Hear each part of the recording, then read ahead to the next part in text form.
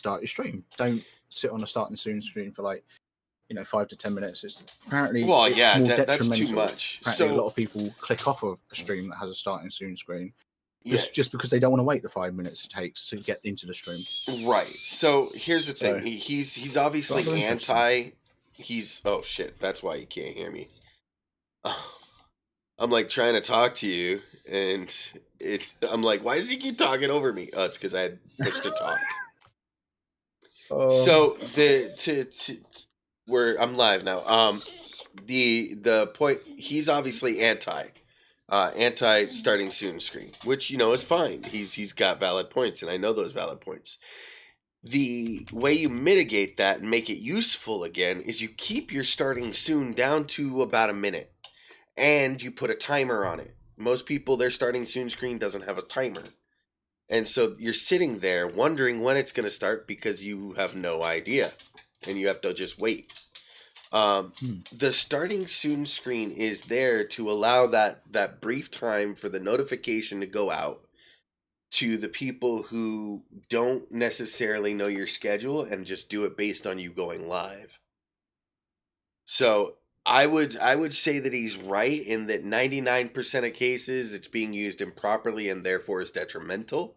But if you keep it down to a 1 minute starting soon and have a 1 minute timer so that anybody that clicks on sees it, and believe me, by the time they click on, it's probably down to like 20 seconds anyway. They're going to see that and be like, all right, I'll wait 20 seconds. So fair point. I would be interested to see the statistics of how many people click off of a stream that has a 1 minute starting soon screen. Because I do use it once in a while, but I don't use it very often either. Like right now, I just straight went boop live, and we're straight into the conversation. The downside of that is now people who are clicking in now, and it hasn't even been a minute yet, people who are clicking in now are missing out on some of the conversation. So, but meow meow meow. All right, let's see if this is gonna work. We've got a function windower dot register underscore event zone change new ID old ID, and let's see. Let's give it a shot. I mean, we're only passing text right now, so we're not doing anything crazy. First thing we need to do, let's save, make sure it's saved, and overwrite the file because otherwise that's silly. Like, hey, Gearswap, I want you to like reload, but I want you to reload something that you have no idea about first. All right, problem, name or ... expected near zone change. Is it still doing it? Yeah, but that might be, I had this issue where for some reason it didn't actually load or copy or something, so I want to just double check. 305, copy. Because I've had this happen, and I literally just copy pasted again and then had it work. There we go. Okay, so it is still not working. I'm thinking if I just replace the new ID, old ID with ... that should fire that event. Yeah, Or not fire the event, but I mean, let's try it. Let's see what happens. ...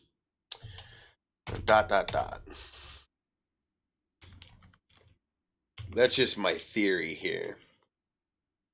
And I left that on the wrong screen so nobody saw what I changed. That's a great idea. There we go. Okay, so zone change ... Let's save it again just for sanity's sake. Then we're gonna go in here because I'm anal retentive and like to have a working and a live copy. Replace the file, which right now is silly because I'm replacing the file every single time instead of working from a secondary file. But that's okay. All right, so we've got that saved. Let's go back in here. GS reload. Yeah, it's still happening. I wonder why. I wonder. Ooh, what's in a wonder ball? So I'm just looking up events in Lua just to see how they're handled. Mm-hmm. It's expecting something. Oh, can I just see your code again? Absolutely. Of course you can. Um, I've got all this test doc stuff in here. I think that's the biggest thing that I can teach you guys when you're doing this stuff is to put in test echoes. In this case, it's echoes, but in normal programming, you would just have it print a line of text to tell you that it's working, to tell you where it's reached. So, for instance, up here, we have a nested if statement. It checks for blue magic and then it checks for magic. And what we would do is as you can see, it says blue magic was detected, regular magic was detected. So now what we would do is we would use some blue magic, test it, and then we would use some regular magic to see if it gets past the blue magic and into the regular magic. And I don't remove these test texts until we're fully done, until the entire file is done. Once the file's done, then we can remove it all and be hunky dory, you know. Anyways, I so figured out what's going on here. all right, let's hear it. So, yeah, I wasn't sure how events were handled in Lua, but it turns out they're handled the same way they are in like C# and other languages. So, Mm-hmm. what you should be doing is instead of doing function window.register event, you should be doing window.register event, and then there's two parameters for the register event function. It's the event you want to catch, which is zone change, and then the second parameter is actually a function, and that will be what you want it to do on the event change, on the event fired. Okay. So you want to get rid of the function part, yeah. And then where the ... is, that's where you would then do function. And then you we want would to have do our function separate. So this would be like, okay, I get it. so the function So actually needs to function be would be, within there. yeah, so function, we would do area underscore change, open and close parenthesis. So I don't think you can give it a name. And then how would it tell between any other function? Because this is the thing, you create the function in here. So if Okay. what you want to do is you want to do open close bracket, and then you on a new line under that you'd want to do end, so like that just symbolizes the function. But this is all within the brackets, so this is all within that register event bracket. Okay. So then we would go end is what you're saying. Yeah, and then everything you want to do on the event firing, you'd put inside that function bit there. So like between those two lines. Okay. And there are some parameters you do also need to put in the function. Let's hear it. So where you've got function open close bracket, that's where you do new ID, old ID.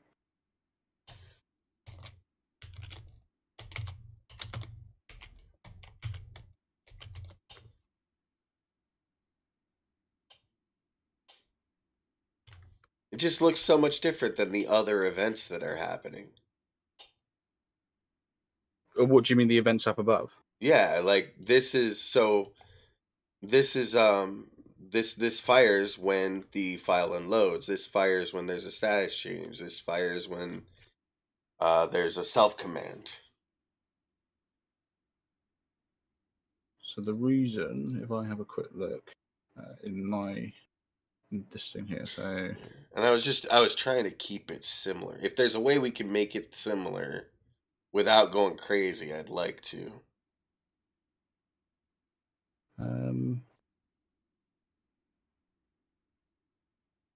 where is it? Okay, so tell you what, just to quickly show you, if you open up the Gearswap.lua file, in there you'll see how it works. Good idea. That is Because a in there, very good idea. I yeah, don't want Notepad++. I love Notepad++, but I don't want it. Sure, reload it because I'm just going to close you. There we go. Oh my god, and then I reopened it. File, open, folder. Or not folder, that's not what I want. File, open, project. There we go. Then we're going to go to Gearswap. New. Add-ons, Gearswap.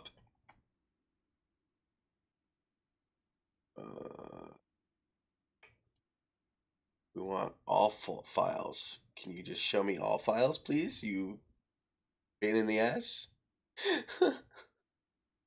It doesn't want to show us all files. Can you believe this? It's tragedies. Tragedy. So what will it not let you drag the file into Visual Studio? Yeah, I was just worried that it would like try to copy it into the existing, you know what. All right, so let's see it. Right. Yeah, So windower.text create equals function. well, if you keep scrolling down, we'll actually find some events. So actually, tell you what, if you go right to the very bottom, because there's a couple of small ones. So like there, you've got windower.register event, and then incoming chunk, outgoing chunk, and then you've got status change. And I think Okay. there's probably a couple of other Lua files between this Gearswap thing here and the particular gear sets that you were making earlier. There's probably, I don't know, 2 or 3 more Lua files between them.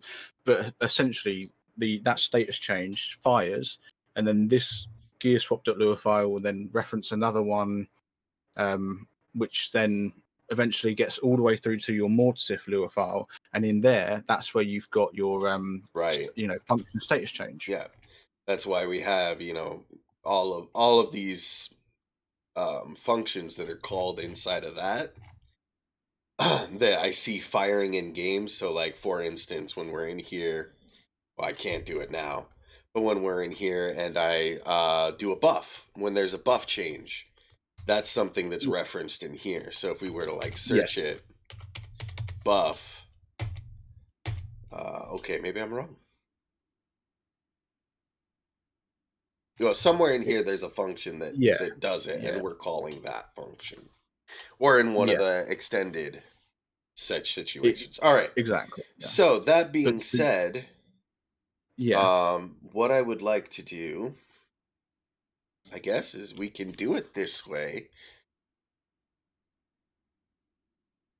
Yeah. So what we're doing here with the zone change, like the window.register event, that is just going down to the very root of it. So this is how all of the other functions above work. It's just they have several layers between the register event and the function that we're using. Mm-hmm. But with this one, we're just doing the raw on event. Right. And so this theoretically should work. So this is going to have, Almost. well, what do I need to So change? so the end that you've got there on line 133, Yeah. that needs to go at the end of the if statement. Okay, Because I kind of thought yeah, that, but you told me to put it one line down and I got confused. but then I did say everything needs to go between those 2 lines. You did. Shut up, you and your being right and crap. This is bothering me. So This needs to be indented. There we go. so this should work now, I hope. Yeah. Now to explain what's going on here, everyone, is there's no function that Gearswap has that fires when you change an area. So that's the major issue that we're dealing with right now. And so we're having to create a function that does that. Now, we could theoretically, I could get a hold of whoever it is at Gearswap that does that and that makes the file and be like, hey, can you just freaking add this in so everybody can have access to it? That would make sense. Add this in so everybody has access to an area change function. But I'm not like, when I teach you guys how to do this stuff, I'm not going to have to say to you, you should download my file so that you can do this. No. You're going to learn how to do it for yourself so that you can take any file you want and modify it. Okay? Or the smart way to do it is just make your own. Because then you only have the stuff that you need. And that's why I'm so adamant about making your own files. because then you've only got the sets that you need, you've only got the functions you need, you've only got the if statements that you need. It's clean, concise, to the point, and it takes less system resources. So I mean, I don't. Maybe I'm crazy. Well, okay, I am crazy. I'm Mr. Strange, so I'm obviously crazy. That's beside the point. All right, so we've saved this. Let's go ahead, come in here. And then, all right, from here, we're going to go Documents. Because Mr. Strange doesn't like to overwrite unless he's absolutely sure.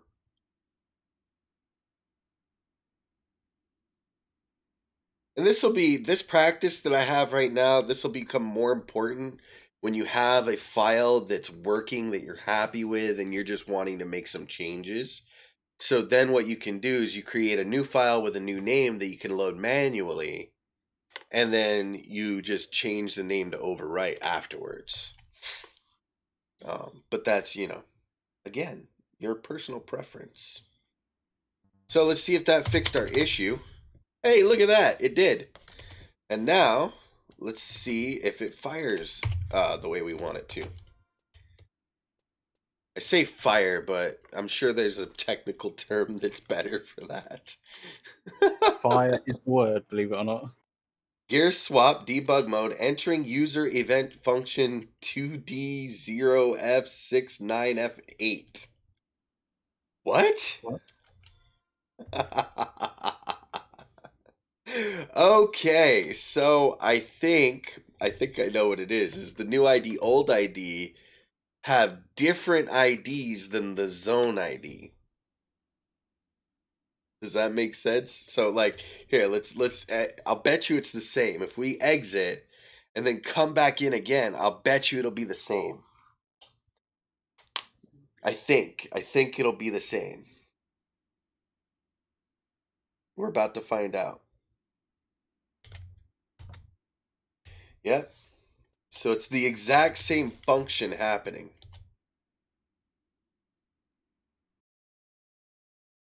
So how do you know what the zone ID is? Like because you've in your code you've got, what was it, 231. Right. Yeah. So that is something that we had to get from FFXIAHDB, a website, Right. basically. So, but that corresponds to what the ID is supposed to be. So what we can do if we want, what we can do, we can go in here and we can make this not an if statement, I guess. We could just make it fire. And then we can see what zone it says it's going into. Exactly. So we get rid of our ifs, and then in here we would just put new ID, if I remember right. No, we would still need to do the at echo. So at input, and then we would get rid of that and do that new ID just like that, right? I think. Yeah, So but we, because it has the double dot here, I'm trying to figure this part out. Do I need to do the yeah. double dot? I think So so, double right? dot is like it's a concatenation or whatever it is, just merge two strings, yeah. Okay. So does that work, I guess is the question. It doesn't look like it works. So do you not need the slash echo? What's the echo for? Oh, the slash echo is to that's the in-game command. I do need the slash echo. So in-game, I'll show you what slash echo does. In-game, if you were to do slash echo I like hot dogs, it just does an echo. Okay. So theoretically, that should work. Let's try it. Of course, it helps if you have the right window selected when you try to save. I'm not 100% sure this is gonna work. What do you think? It's not. Then what's the issue? Like, this is So a variable. That's what I'm confused yeah. about. So, right, what you want to do is, first of all, get rid of the then before send command, Oh because there yeah, is I no missed if that. anymore. Hey, shut up. Yeah. And then what you also want to do is, to the right of new ID, you're going to need another dot dot before the single quotes. God, I'm struggling with my speaking today. I'm hearing that. That's what it was. I was wondering why it was still freaking blue. Ah, okay. I just thought it was concatenating. I'm like, why do I need to concatenate after the end of it? Weird. I mean, you could get rid of the two single quotes and the last two dot dot. That would still work. Well, let's see what this does first. Yeah. If this works, I mean, it's just for testing purposes. So if this works, we're getting rid of it anyway. Well, I mean, we're changing it, I should say. All right, so we've got that. Now we need to move the file. Looking very Copy. dapper, might I say. Thank you, thank you. My new haircut. I love it. Makes me feel so much better, dude. Like going that long without a haircut was brutal. All right, so that's loaded. Let's see if we have any errors. GS reload. It loaded. Now let's laugh as I try to close the console and fail. Or try to close the console and open it because it wasn't open in the first place.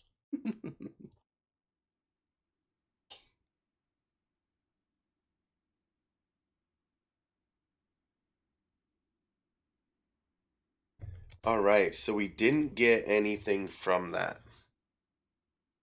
Interesting. So we are entering that user event,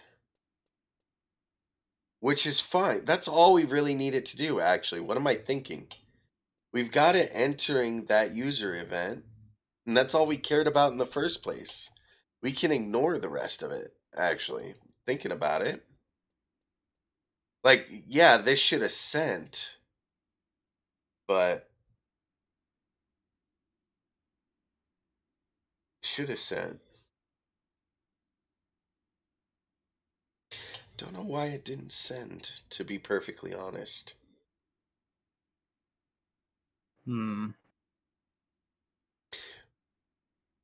Out of curiosity, I have a theory. Let's go back to the Gearswap one. Windower.register event login function name. Let's forget that one. New old function new old status change function new old.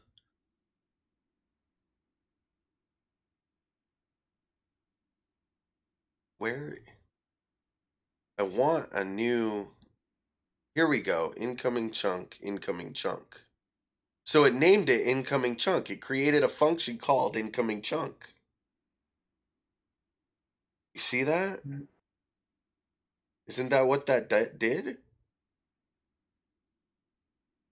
I'm not sure. So incoming chunk. I don't know what that is. There's no description on the Well, incoming API. chunk is a packet incoming. Oh, okay. I'm just trying to find where they made one of the functions so I can see how that's done. Because right now it has a function with a number that's always the same. But I don't think it is always the same, actually. It did change. So, but we're entering that function every single time.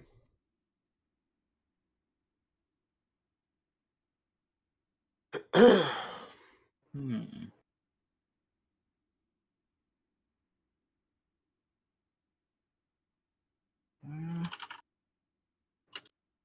Hold on. I have an idea. Might as well just test it and see if it works rather than trying to justify it. We're just gonna do function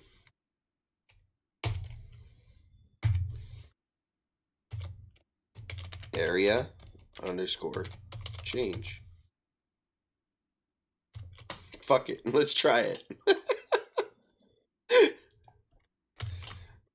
It'll be funny if it works. I will freaking die if it works. You're gonna be pissed, aren't you? If it works, You'll be surprised. I will be surprised. Yeah. Well, I don't think we're working with like a direct Lua is my thing. Like, I feel like we're working with like a hodgepodge of it by this point. You know what I mean? Yeah.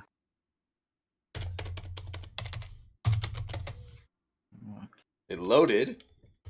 Let's see what it fires.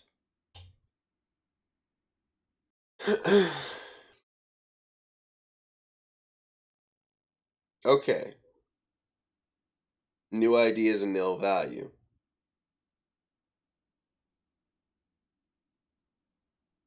Did you see that? So user event error 113, attempt to concatenate global new ID, a nil value. Hmm. That's from this code. However, it also didn't change what the event was called. So in here, it's still giving us this gibberish for the event.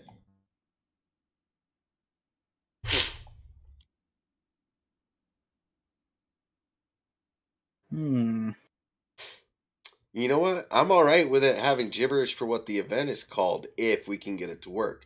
Because it's going to be the only event we use with gibberish. And I can work on getting it to be something understandable later. Yeah.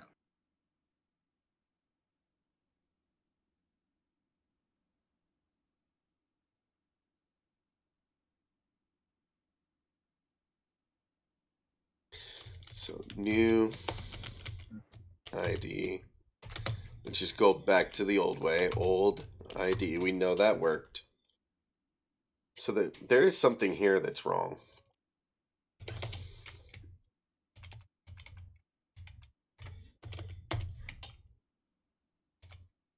That's just going to say new ID. That's not going to actually call the new ID. No.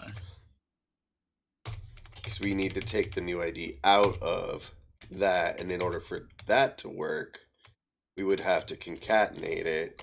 So that should work. And then concatenate afterwards. That's exactly how we had it. That's how it has to be.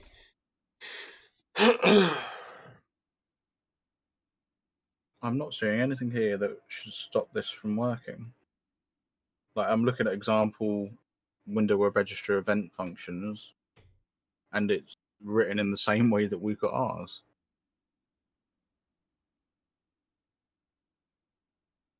Hmm.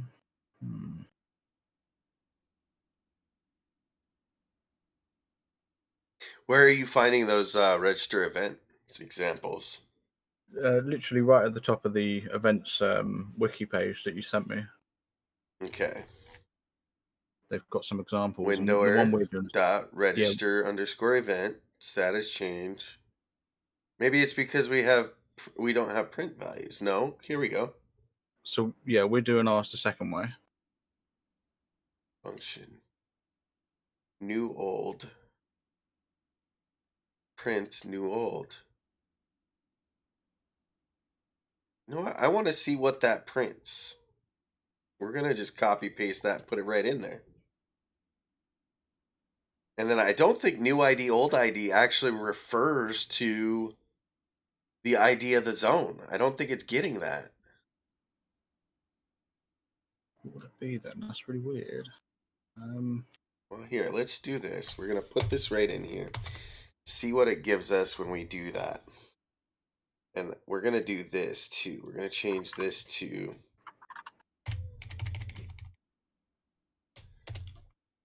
new, comma, old. That would be silly of me. Newish? Oldish? Actually, what we're going to do is we're going to comment this section out real quick, is what we're going to do. Crap, I forget what the comment button is in here. I'm just going to do it manually. Screw it.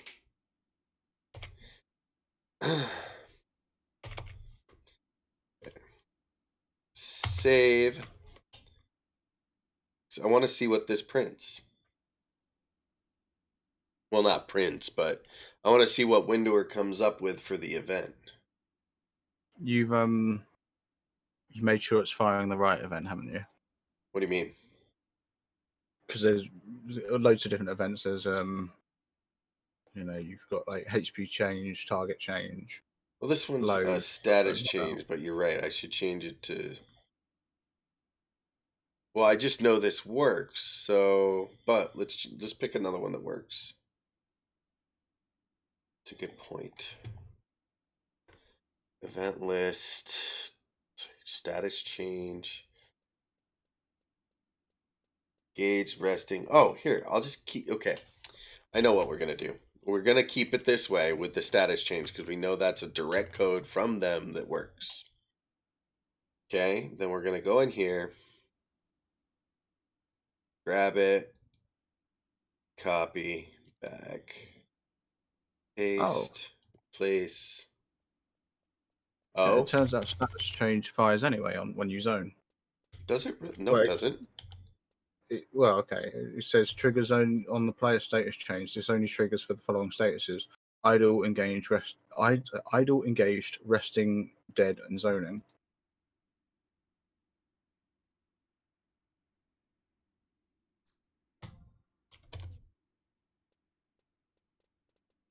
Let me bother me now. /GSR. All right, so we're loaded.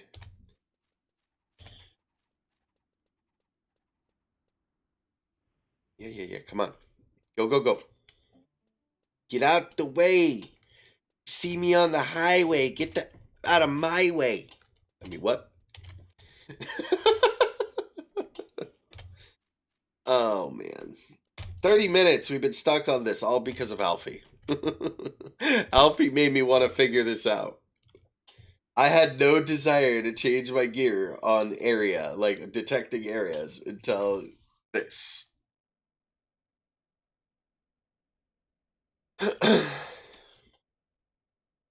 Alright, yeah, I didn't get a function there for some reason. So I think status change doesn't do zone. Okay. Otherwise, we would have seen it say status change. Yeah. Because I've used status change before. Or I'm using it now, actually. Because, like, when we target this, see, we changed our gear. Now, we did enter the user function. It did come up as gibberish, but there we go. And as we can see, it's changing from 1 to 0 and 0 to 1 in the console. That's right, because we were printing. Yeah, so if we go into our code, we have print new to old, old to new. And so this is literally just giving us 1 and 0. I guess the only question is how did they get it to change from this entering user event function 2F688AF0 to a name? I'm not sure how to answer that one, but I think I might have found out why the zone change one wasn't working for us. Well, it was. It just wasn't printing. That's what I mean. Okay. So apparently, it turns out Gearswap in particular handles event window, like the zone change event is handled differently in Gearswap from the rest of like everything else. All right. So I've actually sent you something on Discord. What you're supposed to do is you're supposed to do windower.raw underscore register underscore event, and that should fix it. Okay. Apparently. And also, it turns out that the new and the old IDs for the zones aren't like, I don't know, it's really weird.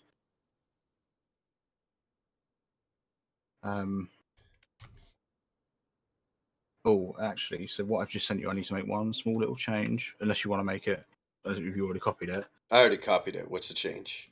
Okay, so right, so where you've got the res.zones new ID.en, that needs to be English. Just like with all of the other stuff, the weapon skills and stuff, when you did like .english for the weapon skills, it has to be the same there. So it's .english for that as well. Res.zones? I don't see Yeah, a res.zones. So apparently res is something that's already behind the scenes in Gearswap. It's like sets. Like Right, how but sets. you're telling me to put something somewhere, but I see no res. That's because it's already behind the scenes, like how sets was already behind the scene. We didn't Right. create sets. Right, I get that. What I'm asking is what did you want me to put where? Oh, I see. So Oh, replace our. okay, you've got a whole okay, you get this whole list of stuff. I'm really confused. List of stuff. Here.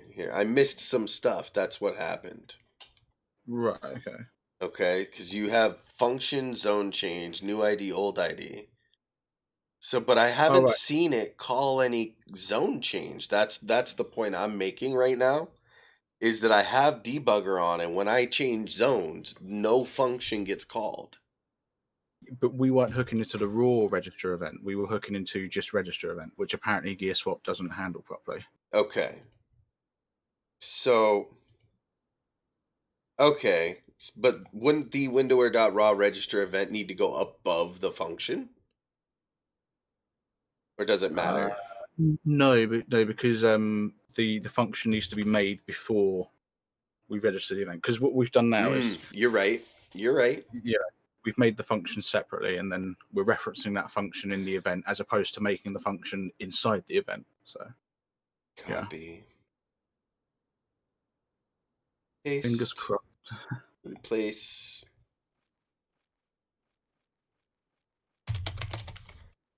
It loaded. I want to make sure that it loaded the right one because it'll change gear now, but it shouldn't. All right, cool. It didn't do that weird thing that it was doing before with the printing. All right, let's go back into town. Meow meow. Meow meow meow. I'm a dork.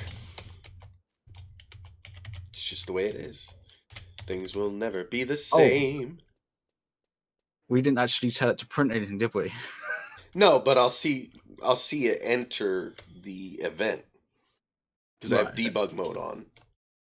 Because that's all I really need right now. Ah, okay. We got problems. Ooh. Oh, I feel betrayed. You should feel betrayed. Lua runtime error. On line 133, attempt to index global res a nil value. Why is So it doing? I think that we had it right the first time because we were getting a gear swap event. That's the point I was trying to make, is that we're getting a gear swap event. We're just not getting, it's just not working the way we thought it would. Local news zone equals res zones. Wait a minute, 133. So it's not even, it's hanging here. Hmm. Yeah. So I've just had a look, and Windower itself has a res folder, Yeah. and it's then also got like a zones Lua, which has all of the zones. Yeah. Um, I have this cat who has decided he wants to be all over me. oh, Hi. Cat break. okay. So this is interesting. Can you like not claw my shoulder? That's all I ask right now. I still have those claw marks from the last time that are kind of sore. That would be great. Thank you. I love you. Yes, I do. You're a good boy. You're a very good boy. And I love you. All right. So what do you think?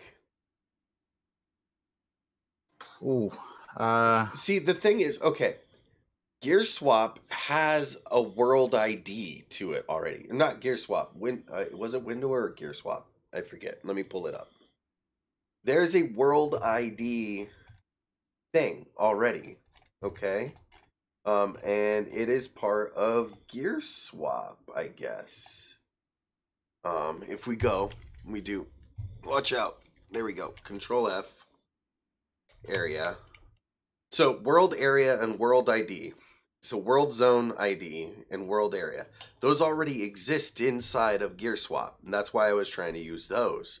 Because they're hmm. already getting the IDs of the zones. They already know what zone we're in. And so all I need is a function, an event to happen.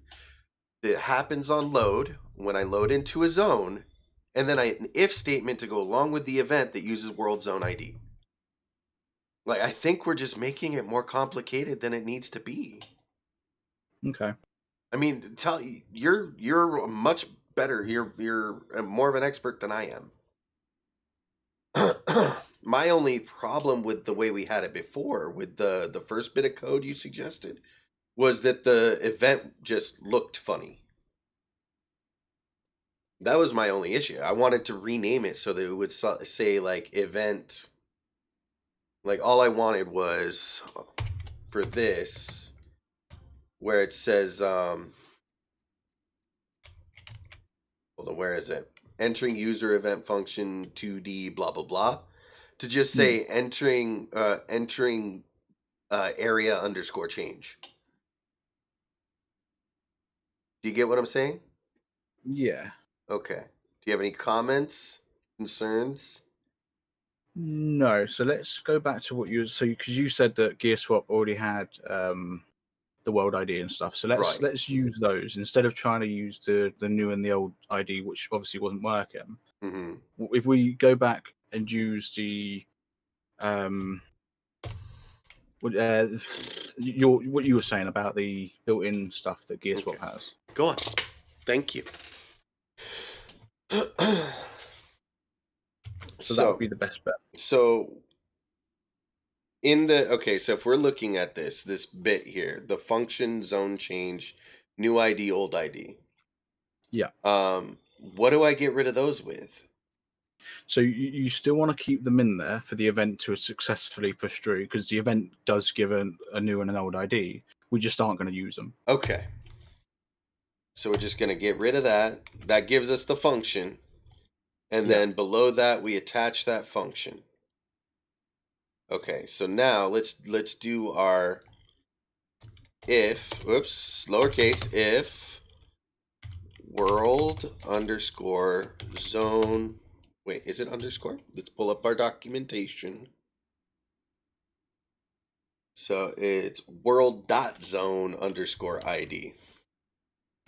World dot zone underscore ID equals 231, which is Northern Sandoria. Then we're going to, come on, cat, send command, open parentheses, at input slash echo. This is the zoning test. And then that automatically closed for us. Got a close parenthesis. That should be it. End for the, oh, we need an end for the if statement. End for the if statement. Save. So, barring us not predicting what this is going to do, I think it's going to work. I think I it'll think work it's going to too. be, yeah. I think it'll work. Well, there's one I of think two we were things that suffering from the thing that I get annoyed about. We were overcomplicating it. so Jerry, I think Mr. Strange was making it a pain in the butt. That's what was happening. So there's two things that could happen here. Because Okay. I definitely think this is going to work, but it's going to do one of two things, and it'll be interesting to see which one it is. Okay. Do we get to know what the two options might be, or? Yeah, so it'll either trigger when you enter that zone, or it'll trigger when you leave the zone. And it all depends on the event firing order. It depends on whether or not our event fires before the Gearswap picks up the zone ID or after the Gearswap picks up Interesting. the ID. So if our event fires first, then it won't work when you enter the zone, but it will work when you leave the zone. Interesting. We'll see. It'll do it here. We'll see.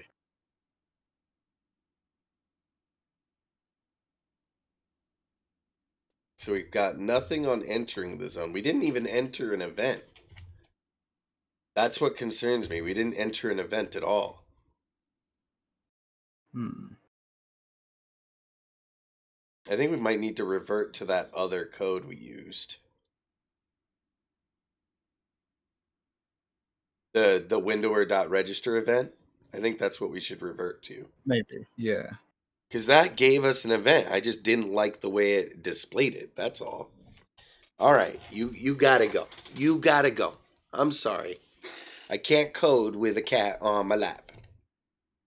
So if we just get rid of the raw, theoretically, that should work it. Right? Yeah. Should do, yeah. I know that we got an event when we did that the first time.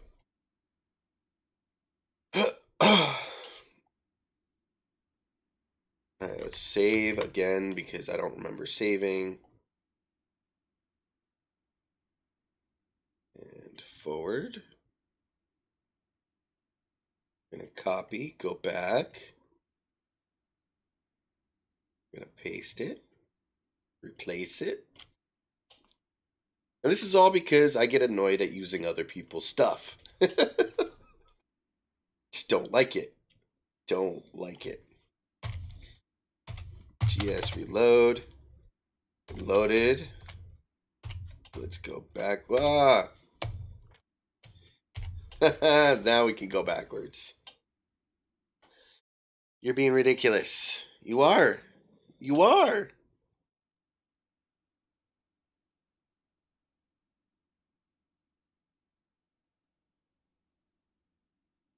Alright. We did get the user event function 29117E30.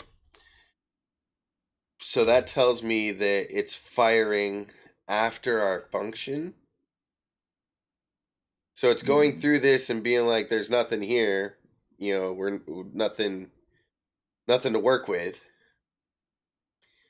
And then this creates the event. Does that make sense? What would happen if we move this up? Let's give it a go. Yeah. I'm not 100% sure. And just because I like nice clean, do that, save. Alright, this is really getting on my nerves.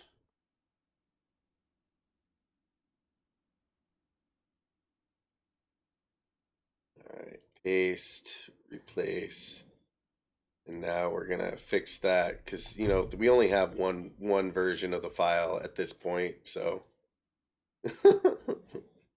we're just gonna get rid of this one. There we go. All right, now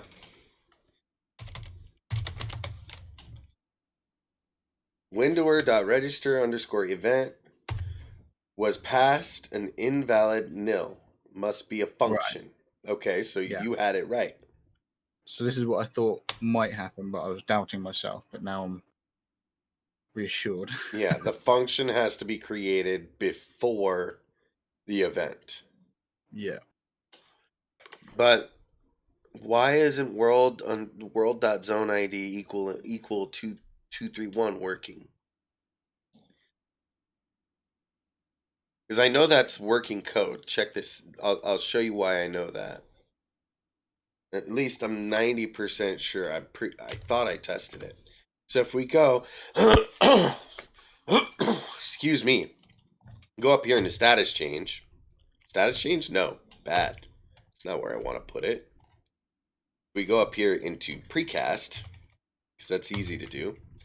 We go world.zone underscore ID equals 231. Not copy. Save. We moved that. So let's get this up so we can actually load the file.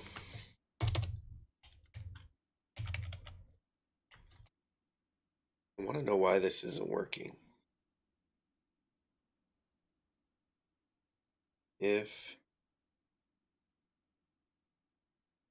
Why do I have then in the wrong spot? Ew. Bad strange. Just bad syntax. Syntax? Just bad form. Bad form. Shut up. Okay, shut up. All of you, shut up. Alright, let's try this again. Save, and this time I can just GS reload. Alright, it's loaded. Now, since we're in Northern Sandoria, let's test my world ID world ID stuff. So this is the zoning test. See? So our if statement did fire. So as we can see on the left side there, it says blue magic was detected. This is the zoning test. Test, test, test, test, test. And when we go in here, we can see up here in these, in precast, we have it set. If world.zone ID equals 231, then print that. So now let's test the other side. Let's make sure it's not some weird fluke, and let's zone.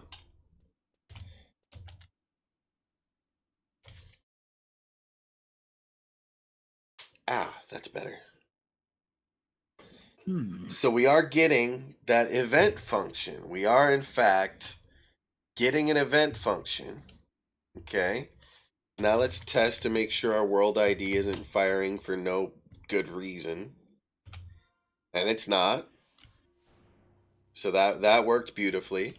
So we know our if statement is working correctly. It is detecting when we're in Northern Sandoria. Okay, so now we need to ask ourselves, why isn't it working down here? So let's go ahead and just for giggles, let's go back in here and find out.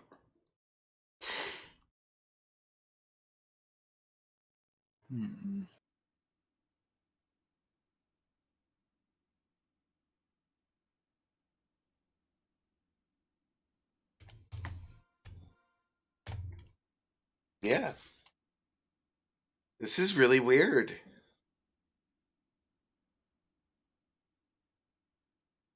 So unfortunately, there was a guy that suggested looking at somebody named Moats. And I tried finding Moats, but the Moat stuff that I could find didn't have anything. Oh. You okay? No, somebody was just messaging me on Discord. I got distracted. So I guess I looked his up and I couldn't find anything in any of his files that referenced zone or world or anything like that. I mean, we can try again. Like, here's Moat stuff. I would think it would be in self commands. Events handled. Toggle field. Old value, report, activate field. Magical defense. Handle cycling through options for specific variables that we know of.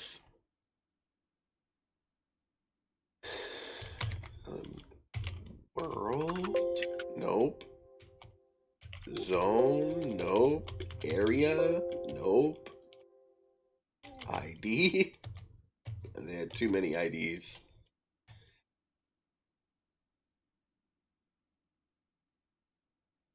So I'm going to do a quick test on my end. Okay.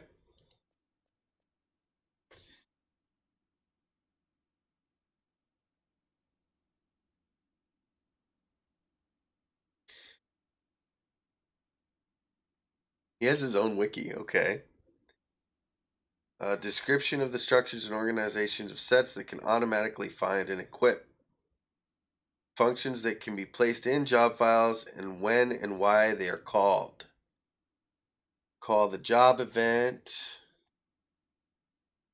Job setup, user setup, file unload, inner gears. See, these are custom things that he made. That's why I don't like using other people's stuff. GSC, where's Waldo?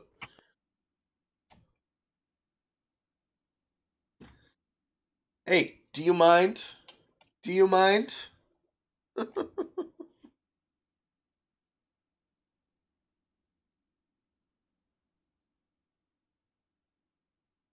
Right. So how? I've got a question for you. Uh-oh. How do I load Gearswap? So you downloaded it and everything, right? Yep. It should load automatically. Here, share your screen with me. Okay. That'll make it easiest.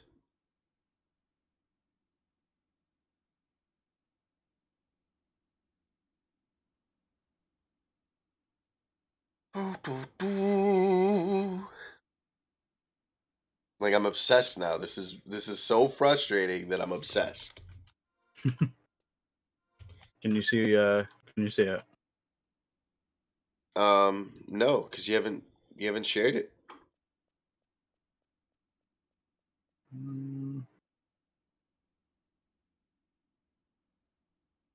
Oh, that's weird. See, I'm not crazy. All right, that's a lie. It's weird. Very weird. We shall not be moved. Song is in my head now. It's from a play that I did like 6 months ago.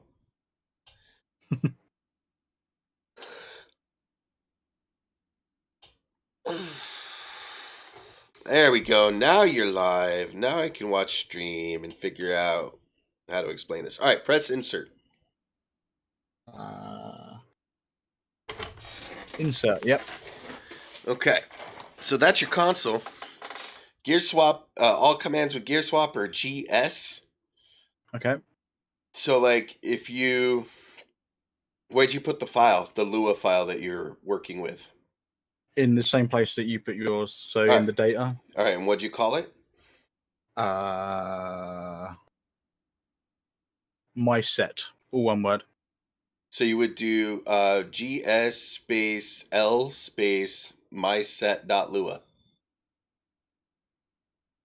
User file problem. Okay. What does it say? Expected plus. So Well, line 47. you can figure that out. Line 47. Let's look at this thing. That's my fault. It was me trying to be clever, trying to use my knowledge from other programming languages. Shouldn't that be? Oh, you're changing the variable there. You're not. Okay. Yeah. Okay. There we go, loaded. Okay. So now, no, how do I come out of the Insert. insert? There we go. Yep, insert. Right, now All I'll right. leave the share. So we have an event firing. We just can't utilize it. I wonder why we can't utilize it.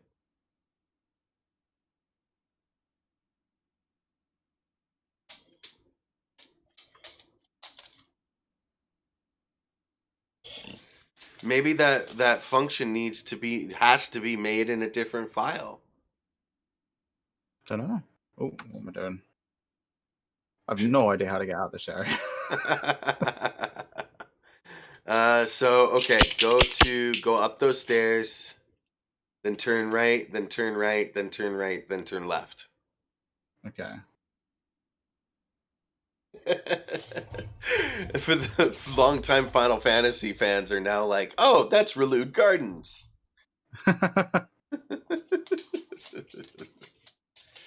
All right. Yeah, the only thing I can come up with is that it has to be in a different file, which is really going to frustrate me. I'm going to test that theory. That could be it. We're going to cut this out. Actually, we're just going to delete it because I have it in another Ooh. section. Stack Overflow. Oh, what? Uh-oh, you done straight broke some stuff. Yeah, this is within Gearswap itself. User functions. Okay. Gearswap, user functions. Because I'm going to bet if we go down here, we paste this, we save this, and then we just put in a function. What do we call that? Function zone change? Let's get rid of Zone that. change. Zone underscore change. Just like that. And then we do end. And we save that. I'm going to bet this works. I'm not 100% sure, but GS reload. And actually, we don't want GS reload. We want Lua reload Gearswap.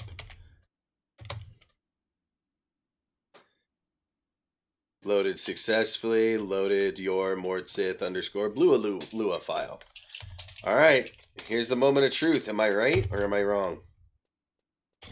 If I'm right, I'm actually going to be a little frustrated. Yo, J-Mac, what's going on, my dude? How you doing? Working on that that area change problem of mine. So that didn't work, which actually makes me a little happy. I have to admit, that does make me a little happy.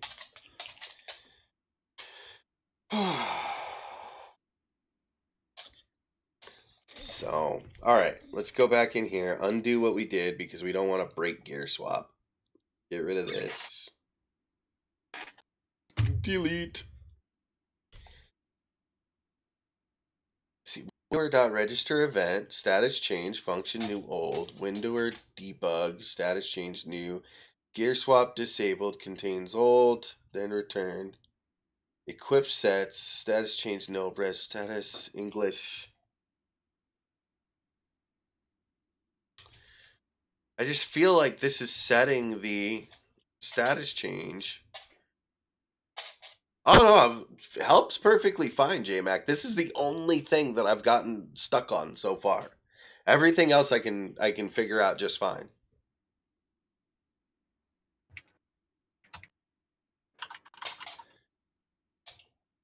Wait to I Gearswap refresh.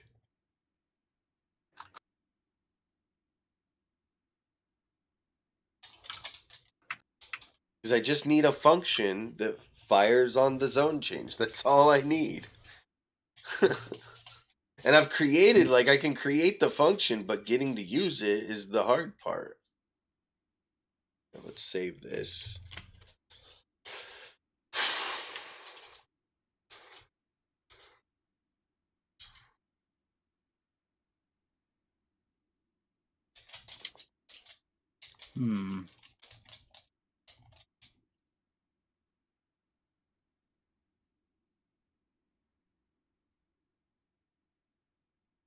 And I did try to look up moats, by the way, JMac. I just couldn't find the code that I was looking for inside their files.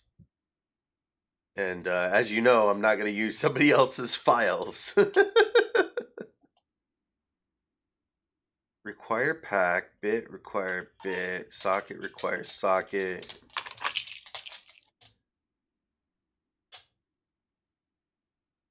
All right.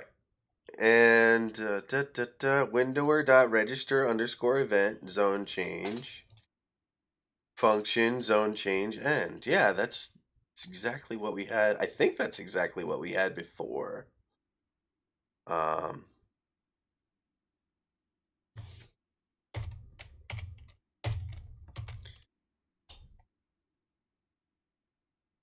So, and we would need the function above it, if I remember right. Or would it go after? Let's try after first. I think it goes, I think the function needs to go before, but we'll see. File save. Go in here. I'm gonna do Lua reload Gearswap. Should be before, right? All right. So it loaded Mordsith. Let's go to another area, see if it gives us the event. Because that's all I need. I just need an event, man. Just need an event.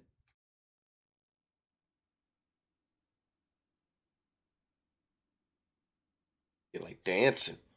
Feel like dancing. All right. That was a buff change event. That's not what we're looking for. You know, XIV needs to go away. Unload. Lua unload. XIV bar. We're going to get rid of that for now.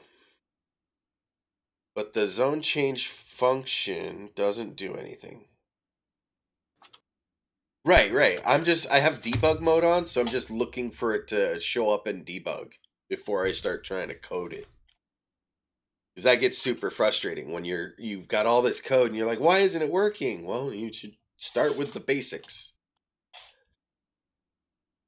So let's go ahead and cut that. Let's try it above it and see what happens. Ah! Let's give ourselves a little room here. Save.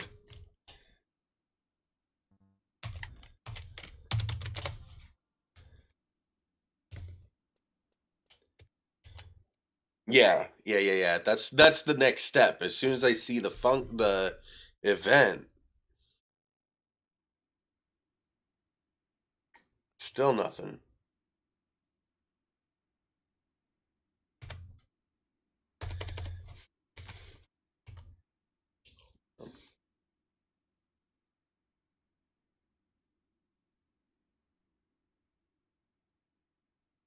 What was the difference between what we had and what's there?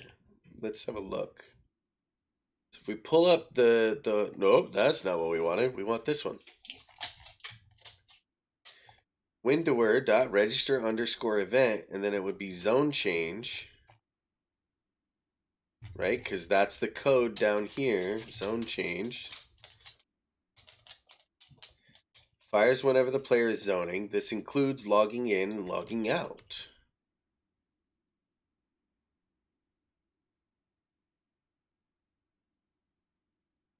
And we have that here, windower.register_event.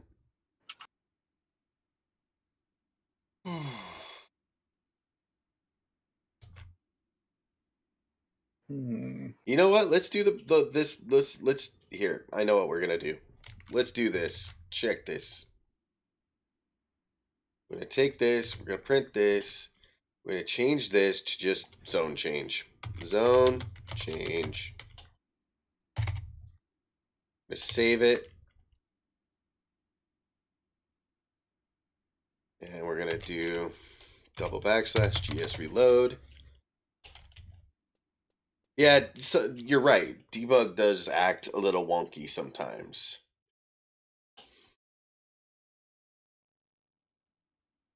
Okay. So we didn't get a debug mode change, but we did get something from the print.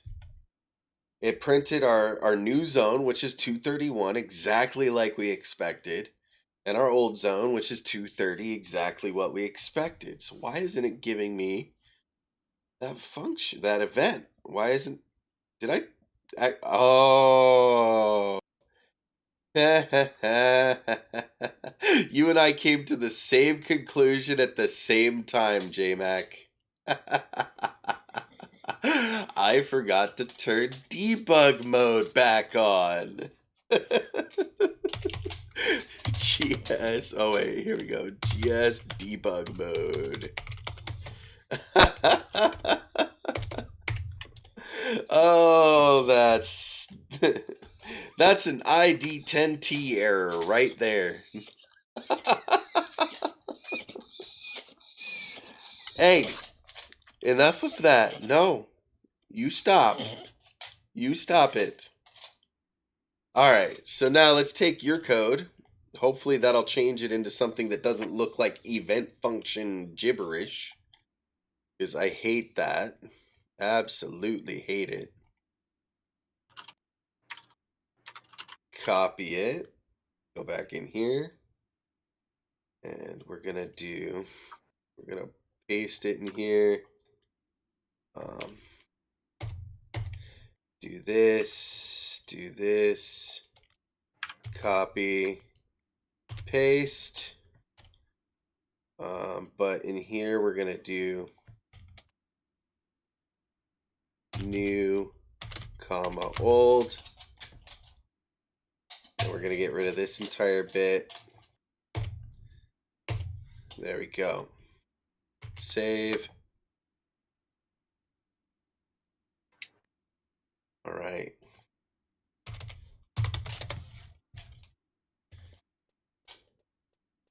La la la.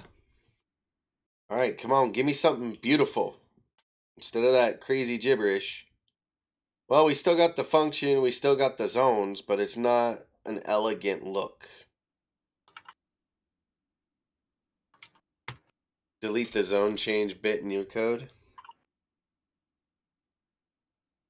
I just don't want it to say that weird, funky, like, code bit, you know what I'm saying? I want it to say, you know, event, because this is something I want other people to be able to use. Oh, no. I do want a zone change function.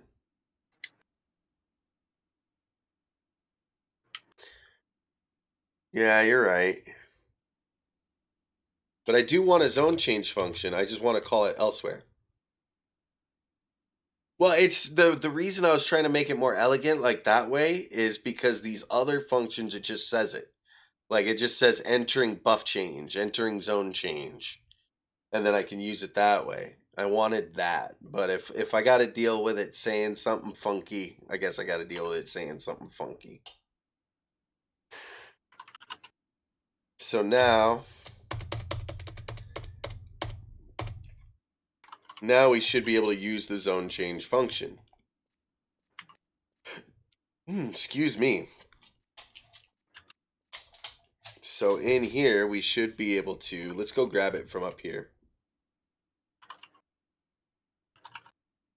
Copy. Yeah, get rid of new old. Yep.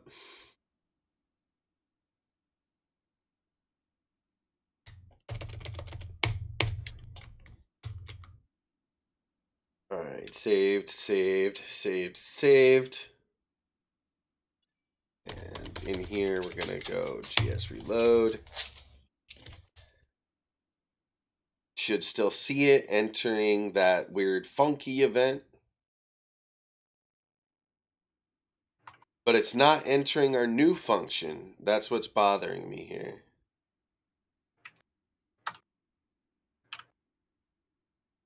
Right. No, that's fine. That part I'm fine is. It's the debug thing that I was looking for. I wasn't gonna fully judge until I go back into Northern Sandoria.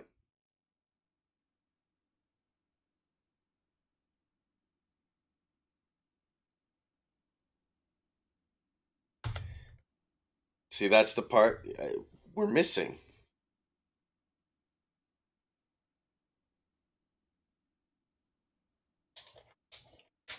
No, debug's still on. I didn't reload Gearswap. I just reload my Lua because you can see the debug is still on. Look. I mean, I can reload the whole thing and turn it back on. That's fine. But I'm still getting, see, Gearswap debug mode, entering user event function, gibberish. And when we go back in again, you'll see it again.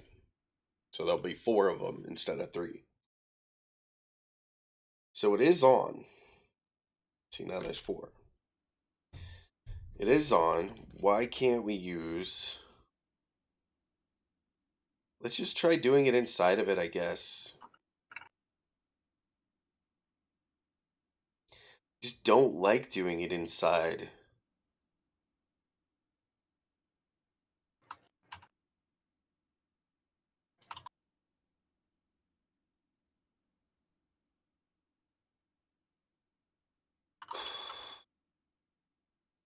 Function end, if end.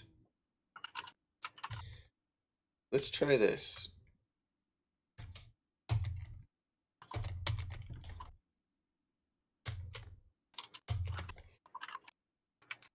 What are you working on over there? But me. Yeah, sounds like Fingers of Fury. Maybe. Let's have a look. What I'm doing, I don't think will be viable for what we're after.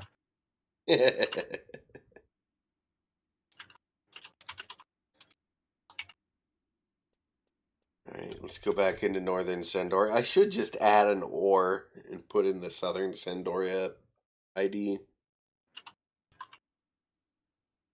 Yeah, we're not getting it either way.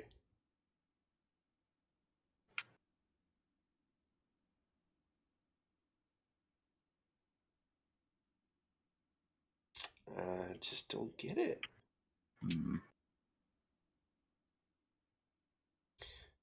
I think honestly, I'm gonna come back to this and think that it's got to be in one of these other files. Maybe the user functions file.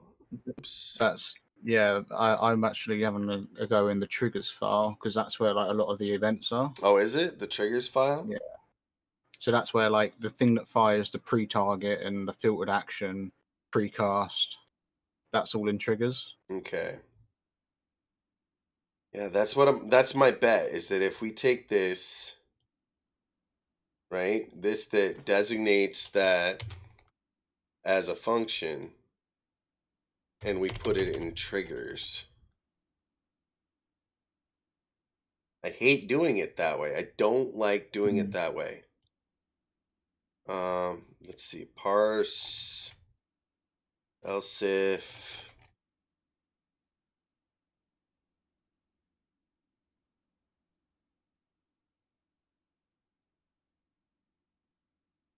Window register event outgoing text function.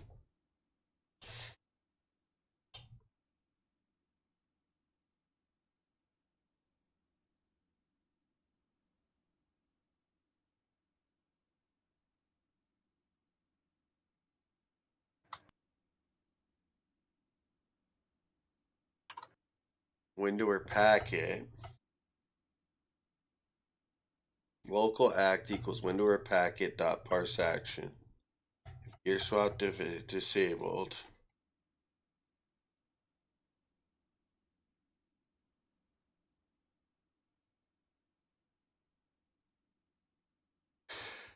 I guess we could just put it at the end.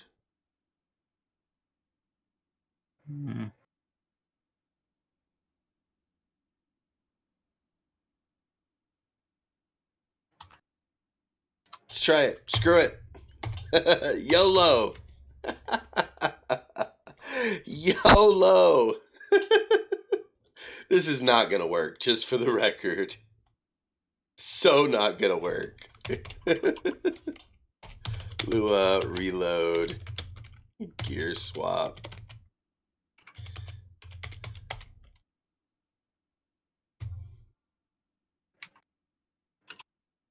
Alright, slash double backslash GS debug mode. Alright, I really don't think this is going to work. We'll know in a second.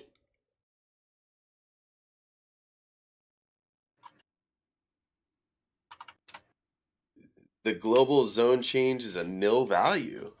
Interesting. That's actually kind of a this kind of progress. I'm getting somewhere now. Are you now? Yes. So this is interesting. So I've got it to fire the zone change event, and it even says entering zone change. Yeah. That is progress. How did you achieve it? So I've had to put the register event in triggers, and then I've told it to call the zone change from the my set lure, Yeah. like from my particular lure. So inside the my set lure, there's a function called zone change, which takes a new and an old ID, but it's not actually running the command. I've got it to send command and then input echo moving zone, it's not doing that, Huh. which is weird. But you've got it to Uh, show that you're moving zones, but in debug. yes.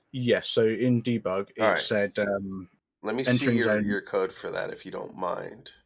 Yeah, sure. So where is it? Here we go. So in the triggers, like I said, I've got the register event, zone change, and then I'm doing a function which takes the new and an old, and then it returns the equip set. So I have no idea where that comes from.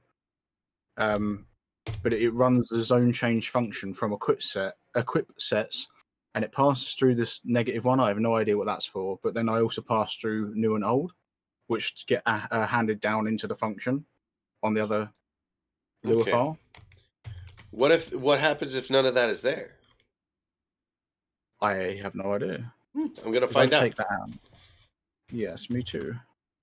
Uh,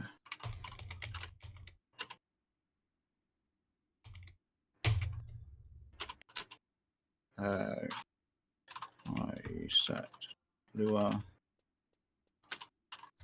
debug mode. Let me do a change of location. Meow meow.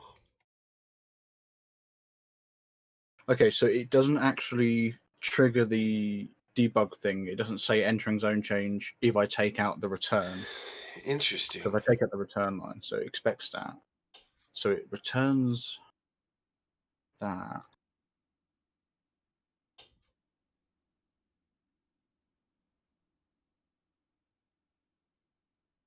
In moat mappings. Okay. Let's go have a look.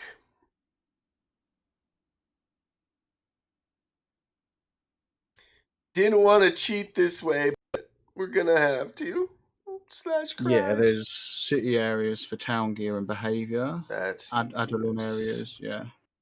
All right, here we go. Let's do. Is this it? Most include There we go. Okay. Control F for town.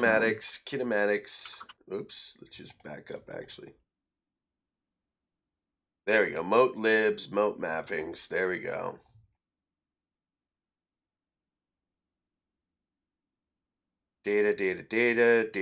Data, spell maps, no skill, areas. Area cities. Area Adelins. Okay, so this is him listing the cities and he's doing it based on text. My question is, where is he firing how is he firing the function that happens on zone change? Spell maps.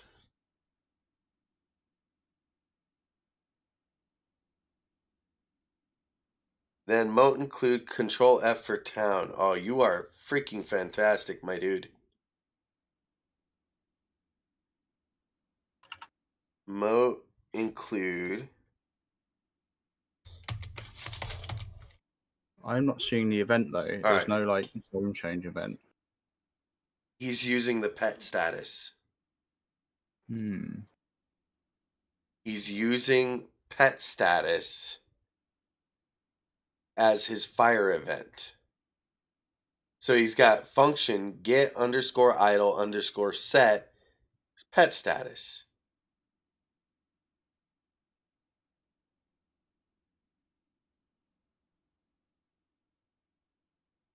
Or maybe not. His job files. Let's go look. Go look at that. Job files. Modes, globals. Where's the job files?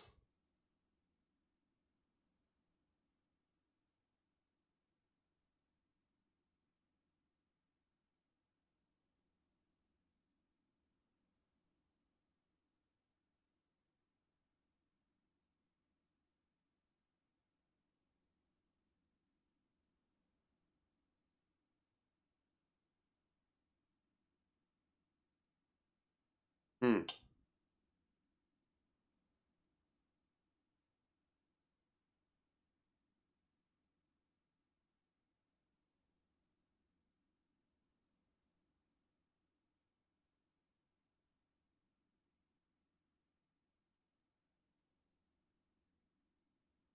You're killing me, Smalls.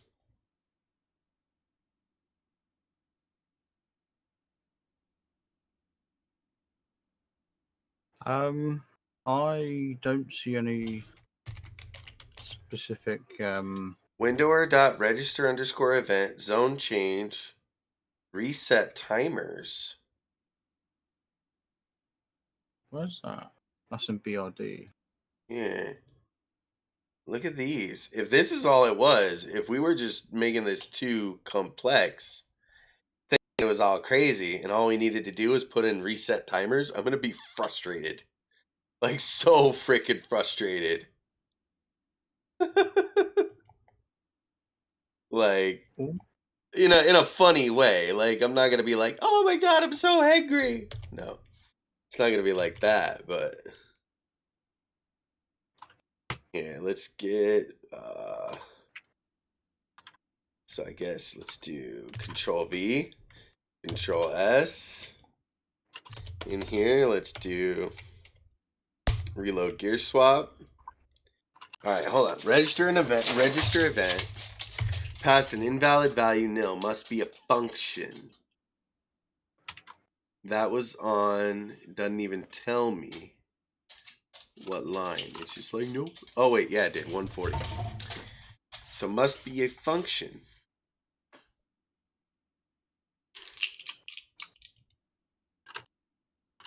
That's not how he had it though.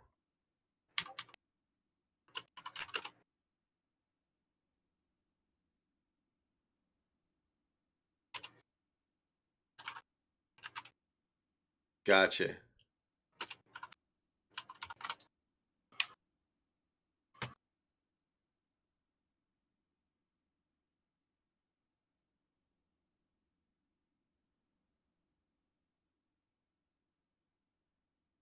And I do actually have timers installed, so that I guess theoretically that should have worked.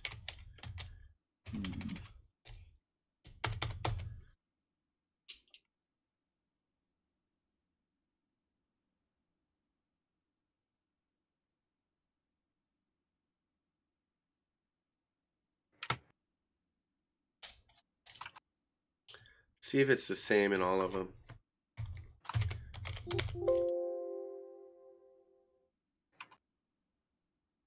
This one doesn't even have it.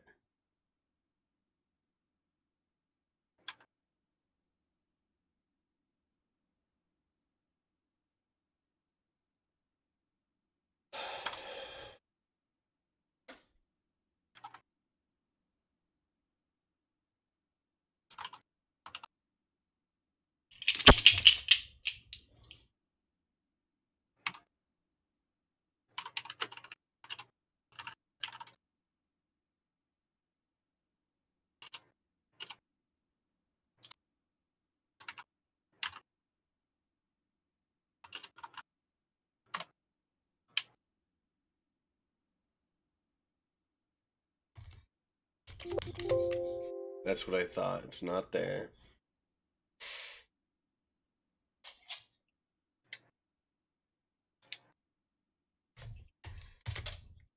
This is annoying. I can get it to recognize the event. I just can't get it to do anything in the event. What in the world? It's not even like sending a command or anything. Mm-hmm.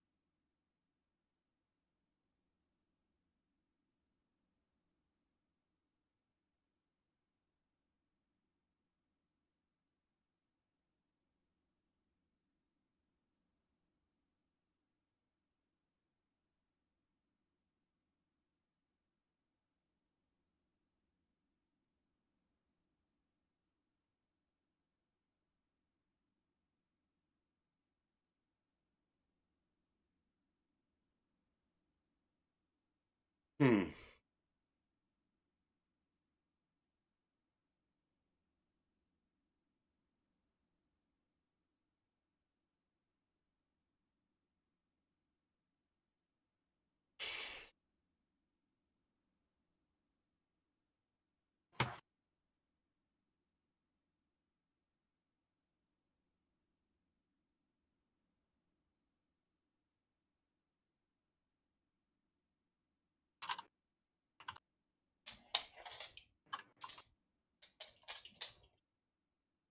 That was really smart of him. He made a weather check function to use throughout his script.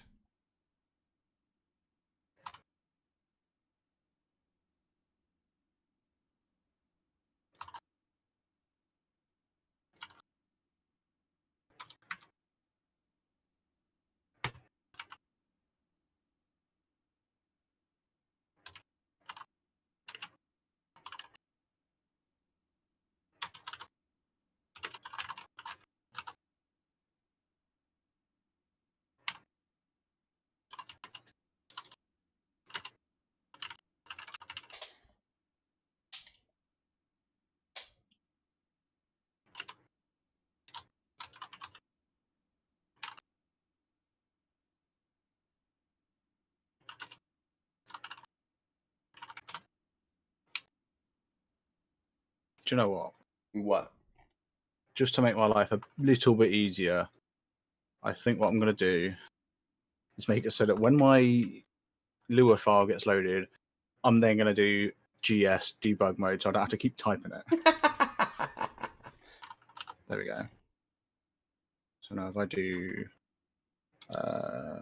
Lua reload Gearswap, so that would reload it. So it's no longer debug mode. But if I go GSL my set.lua, debug mode set to true. Sweet. Okay.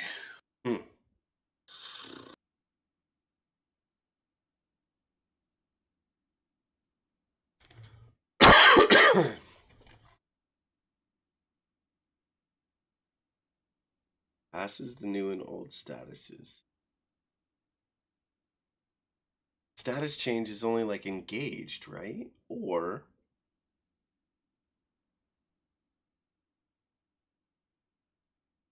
wait a minute.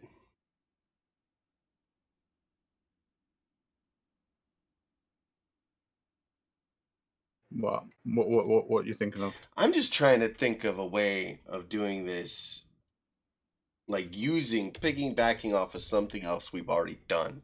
Because I don't like the idea of modifying triggers or Gearswap or any of these other things, right? Hmm. So if players.status equals engaged, we still need it to check.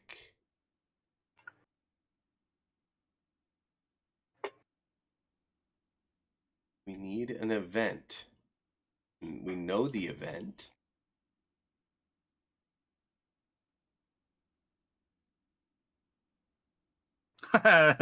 What?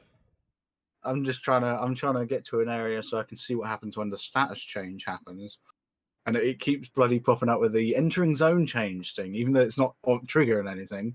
I keep seeing the debug line, and I'm like, well, that's useless.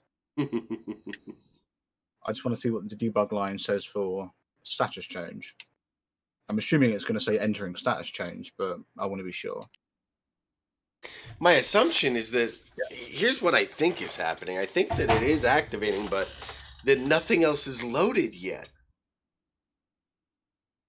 So, like, the zone change happens, it detects the zone change, but the chat boxes and the commands and all that aren't loaded yet. That's my only theory. That's interesting. That could be it.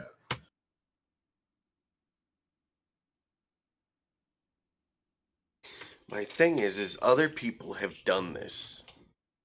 And I don't mind looking at their code. I'm not going to download their stuff and try to make it work for me. Because that defeats the whole purpose of this tutorial. The only, I don't even, honestly, I don't even care about this because I would just set a toggle. So I would actually just set a toggle that activated the command section. So, because when you bind a key, right? Like if we go up here and we look, we go functions, send command, bind F10, GSC toggle idle set, right? And that goes down here and runs the send command section. So function self command, then it runs this section. So if the command toggle idle set happens, then it increases the variable. So that happens, it runs that command, and then this happens, right? And so, like, I almost want to just do it so that we do a if check for the areas in the self command rather than trying to make it do it automatically. But that part of me that doesn't want to give up on anything, because this would work. I would literally just bind a key up here and have it be bind the key and just call it, give it some bogus command or even a valid command, doesn't even matter. Um and then that down here would run the if statement to check what area I'm in and then equip the set that corresponds to the area. Right. I just I also don't like using the words. I'd rather just use the numbers of the area because then it's a lot smaller.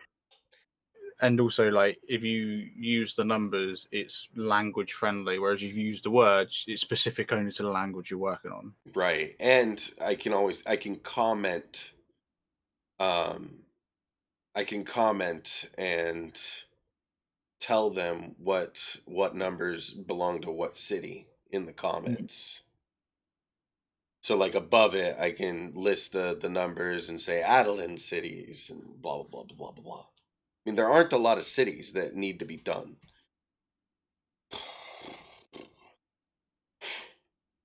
But again, it's that part of me that doesn't want to give up.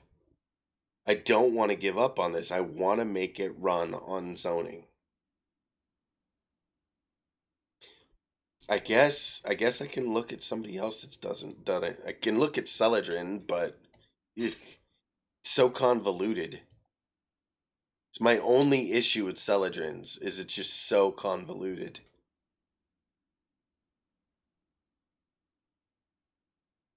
How does this one work? In seconds, right? How many seconds do you think is a good amount of time to wait between entering a zone and the windows coming up? 3. 3 seconds, yeah? Yeah. I'll do 4 just to be safe.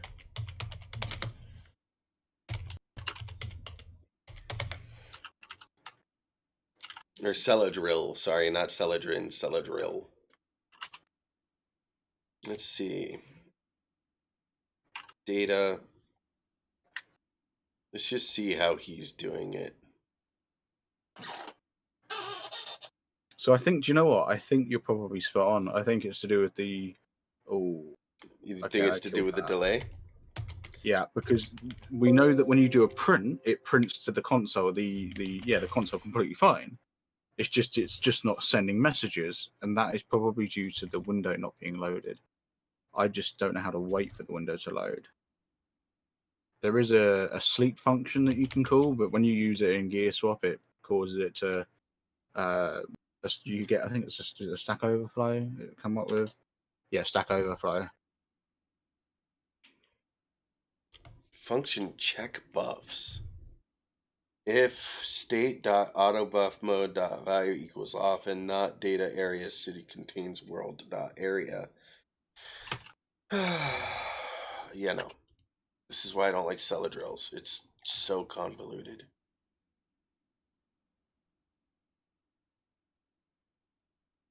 I mean, he's brilliant. He's done what he needs to for his thing, and it's a brilliant. Dude is smart. That I can't fault him with at all.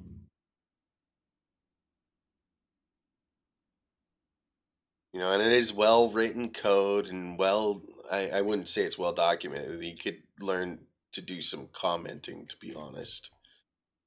But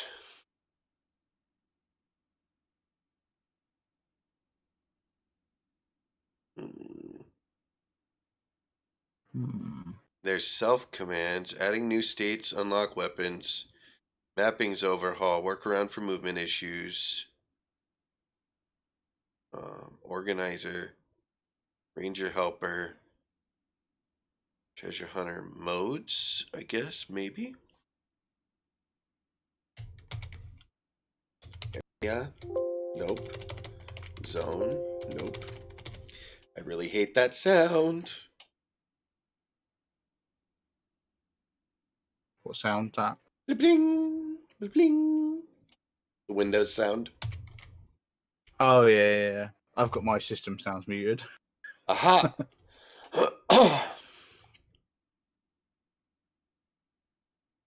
Windower.register_event zone change function new ID old ID. That's literally what he has here. Event to register to prevent auto modes from spamming after zoning.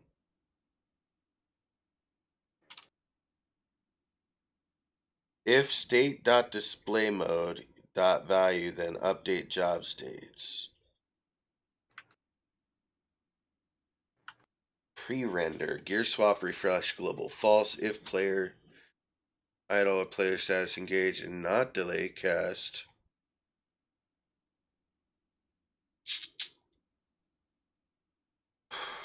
If user job zone change, then user job zone change new ID old ID.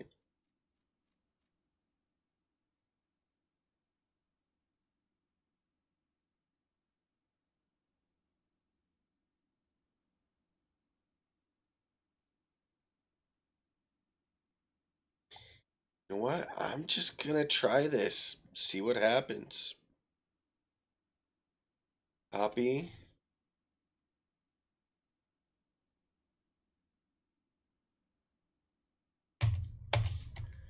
Paste. And that ain't right. There we go. Let's see what happens. I have no idea what's gonna happen actually.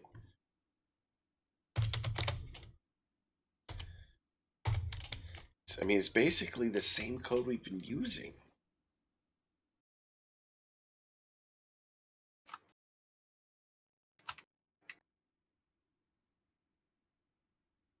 Did I forget debug mode? I might have forgot debug mode. I think I did.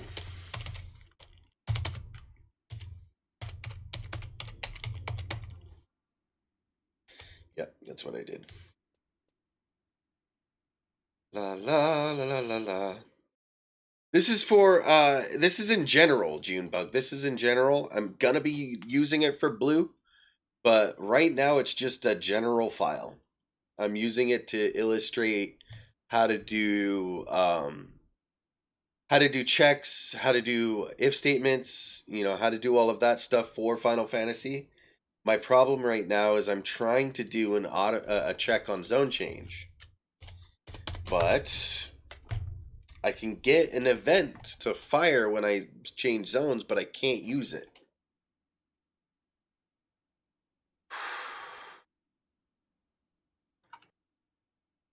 So, and I'm looking at other people the way they've done it, but when I look at other people's stuff, I can't help but wonder where else have they edited things to make it work.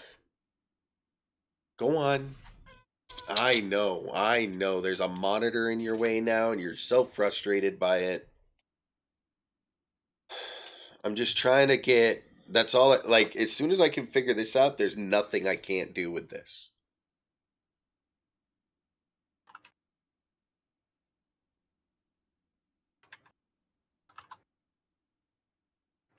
Non-item based global settings to check on load.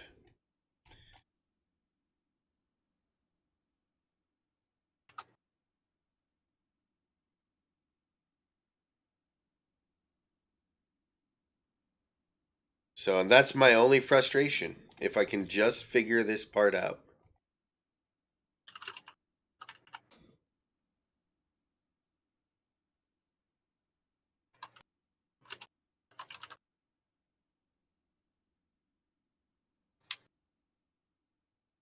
I wonder if the tick delay has something to do with it.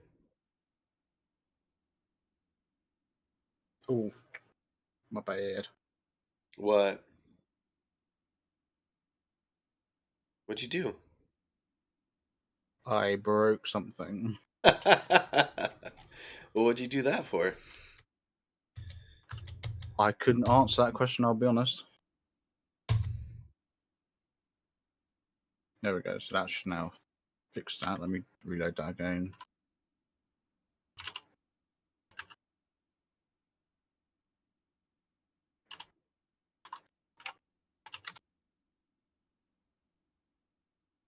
Did that work? Is that? Yeah. Okay. Yeah. Yeah, that worked. Right. Come on, zone change.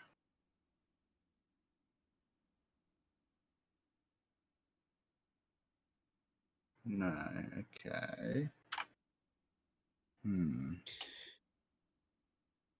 Yeah.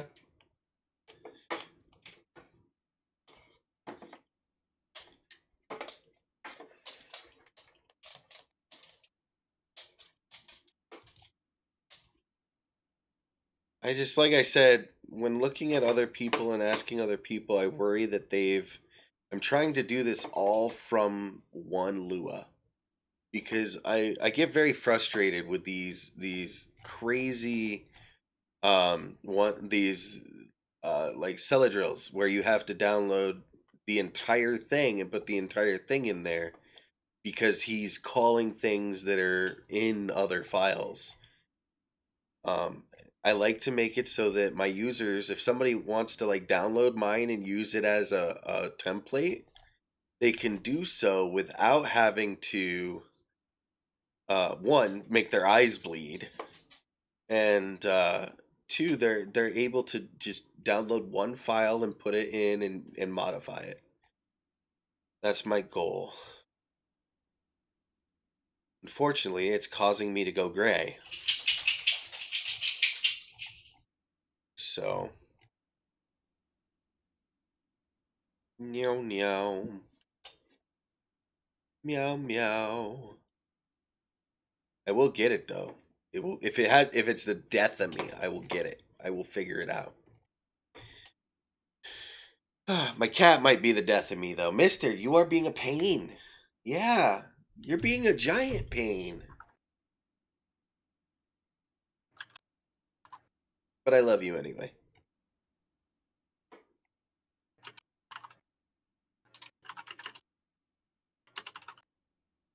Global items include modes, monster abilities, self-commands.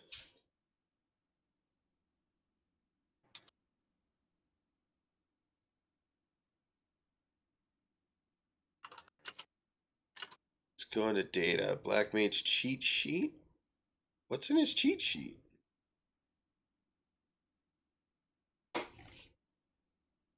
Holy hell. That's when you know your thing is too complicated. You have to have a cheat sheet. Oh my god. Oh man. Alright. White Mage. I don't even know where he keeps. Alright, common. Please place non-cell gear swaps here. Okay. User, mistakes were made. Celadrill. Okay, rename Celadrill Globals. Celadrill Black Mage. Let's see if you put it in here.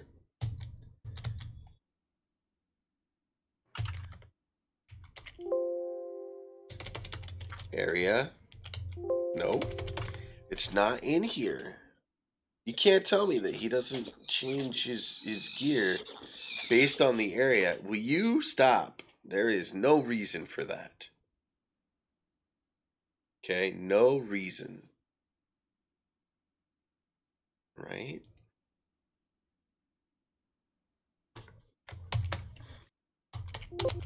Nope.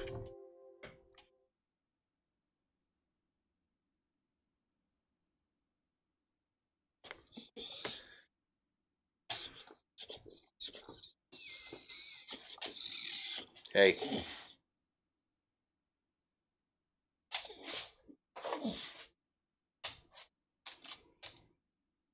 Yeah. Can't find it.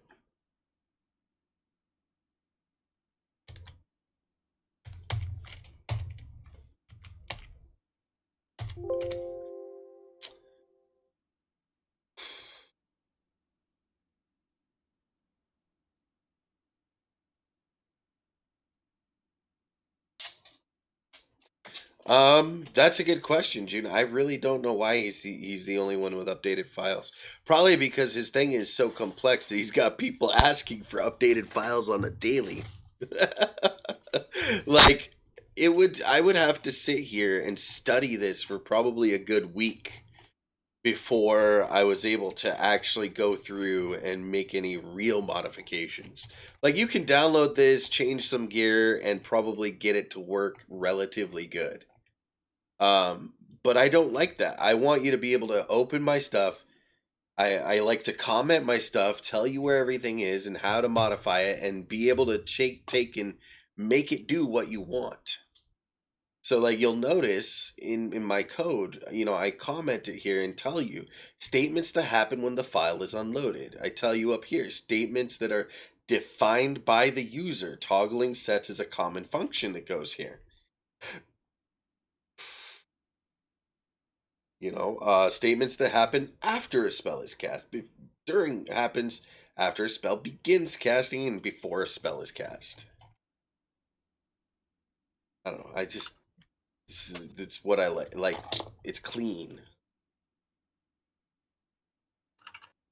And even these, like I might make these to where you can just put have this in a text file later date, but we'll see.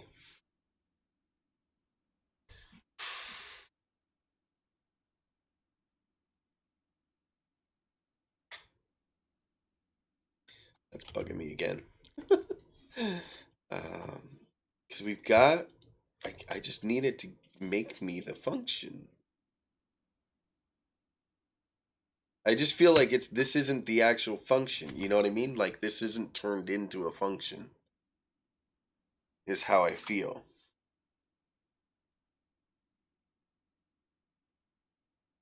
Hmm.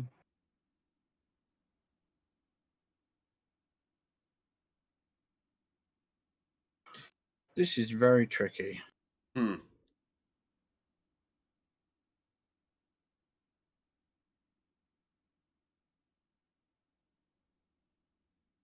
That's the event.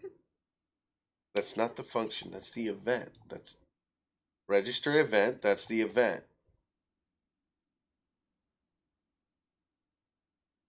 Right. I think what I need to do is I need to test this. Print.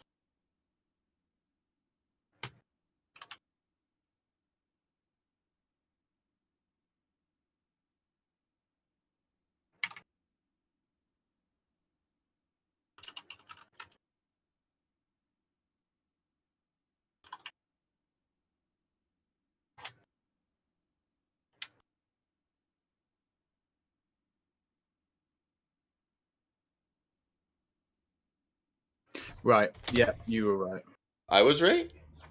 Yeah, it's the code gets run before the chat windows appear. Because what I've done is I've just wrapped both of my send commands in two prints. So I've got a print test one, then I've got a couple of send commands, and I've got a print test two.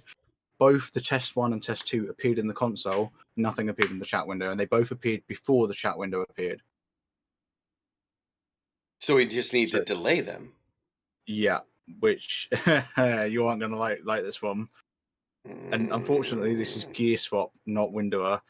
Gearswap apparently doesn't handle waiting in the code. You just get a stack overflow, like a memory leak, basically. When you try and use a wait, which is entirely on Gearswap. It's like specifically a Gearswap issue. Everything I've googled suggests it's Gearswap, and it's really annoying because this is where we need it.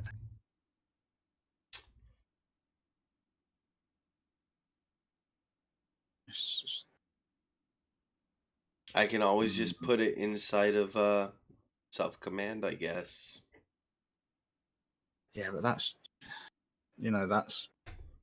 not good enough, is it? Really, like in your head, it's going to be nagging at you. Mm-hmm. But I mean, what am I gonna do? The rules I've set for myself is that I don't want to modify the gear swap files. I don't know. You should be able to use any code that Windower can.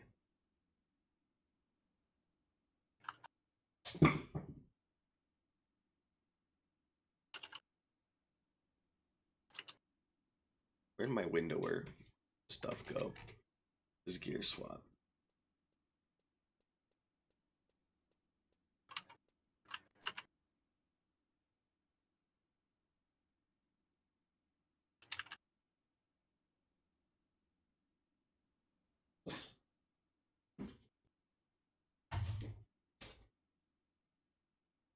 Stop by our Discord. I just have the windower command section. That's what I wanted.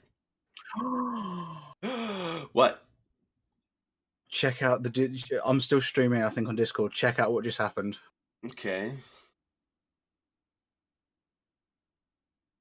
New zone. Oh, how'd you do that? Oh, it turns out there's a windower command called windower.add to chat, and that's where you put it. What's this one here though? Let's Google that windower add to chat. So instead of using send command, we just use windower.add to chat, and that's where you put your chat message. So you don't need the at input or echo part. You just put what you want in the chat message. But the only downside is it appears on the right. Because I know usually you want your things appearing on the left, but it appears on the right hand window, which is Oh, I don't the care only about downside. that. The text was just for testing. And I guess what we should have done is just skip directly to trying to equip a different set of gear based on the zone. Huh. Why didn't I think of that? Yeah, that might have worked. Yeah. Add to chat. Let's just see what the parameters are for this. So what what file did you get that to work in? Oh, so you can do this all within your gear set Okay. lure, the one thing. So I should just be able to replace. If I get rid of all of this stuff that I've got, I'm going to get the triggers. I'm going to take what I've got for triggers and take it out of there, so we don't have to modify that at all. Okay. So you did get a zone change function to work. And then Yeah, so it only appears as zone change where it says entering zone change in debug mode. It only does that because I set up the function zone change here. So what I could do is if we literally do that, that should work. But now we need where are the zones?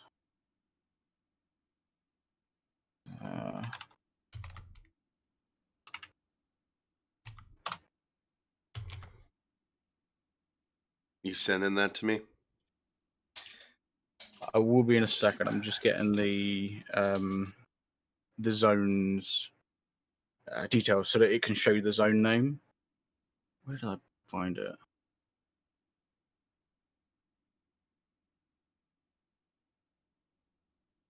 Where is it? Jesus Christ, I had it.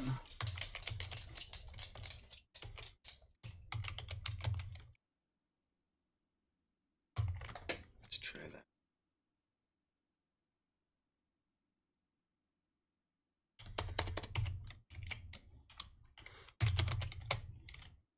Ah, here we go.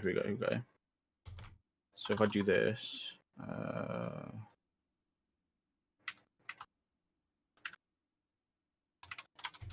right, before I send this to you, I want to make sure it is working.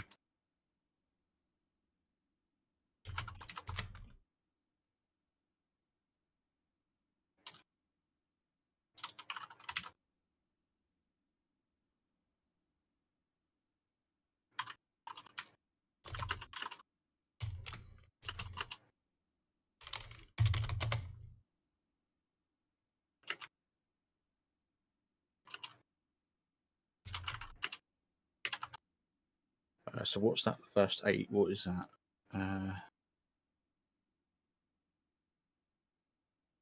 Oh, it's just a color. Do we need that?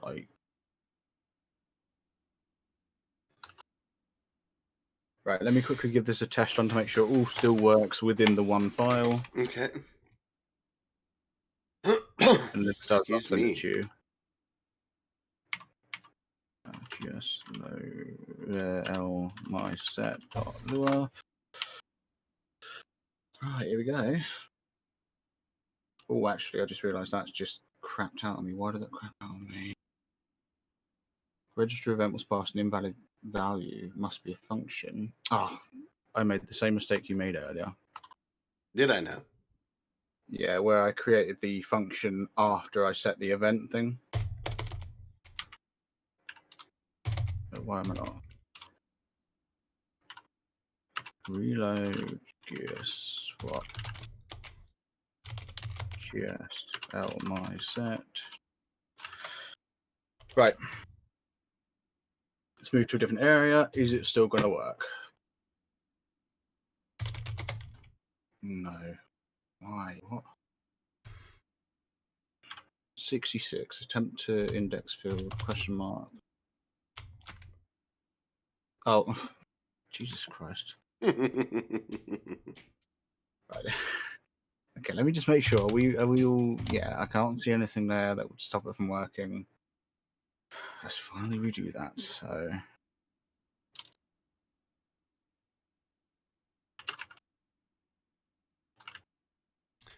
That's weird. There we go. Lua runtime error. Gearswap refresh. Lua 178 file failed to load.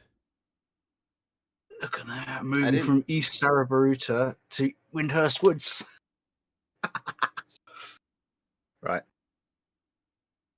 That's really good. All right, send me that.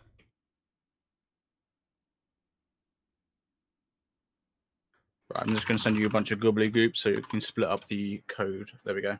So everything under the gobbledygook. Appreciate that, because I'd have been confused. There's also a little comment in there that you can probably get rid of. It's the one that's just do what you want, dash new, blah, blah, blah. You don't need that comment.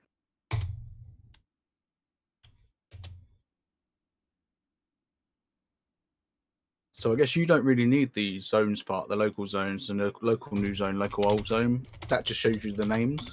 Yeah, well, I'm going to leave it for now. Okay.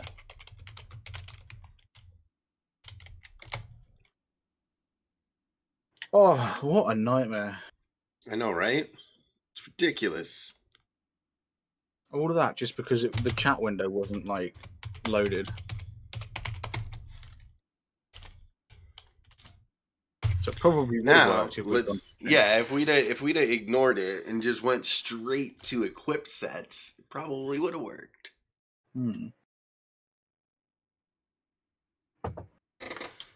Moving from northern Sandoria to southern Sandoria. There we go. Okay. So let's go ahead, go on our code. We're going to grab just any old equip set just for testing purposes. Copy. And we're going to paste that here. So this is just to test if we're even equipping stuff. So it'll happen no matter what zone we're in. Yeah. Do you what's it called? I forget where I'm going with this. Do you have the gear equipped? Is what I was going with. Actually, I don't know. So we're in idle right now.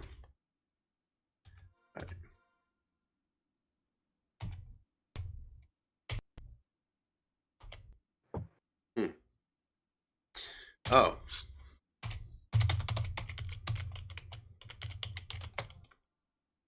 Oops. What was it? I forget the Gearswap command for that. Show swaps.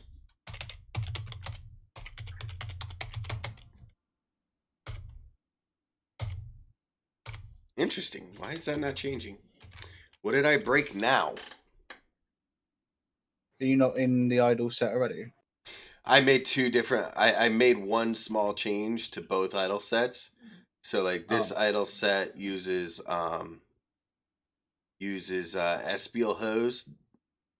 Are they both the same now? Hold on, let's find out. Yeah, they both look the same.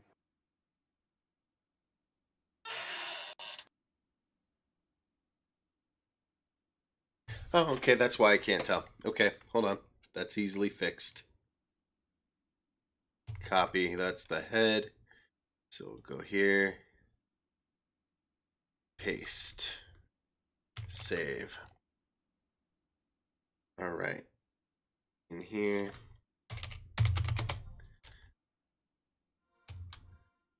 Cool. I'm so excited to see if this works.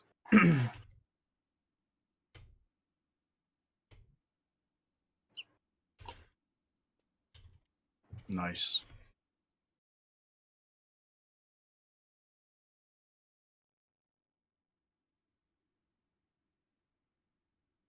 Oh. I think it worked. I think it worked. Because we leave in this right now. Okay? We just left in that. Oh, this will make me so fucking happy. Oh. Yes!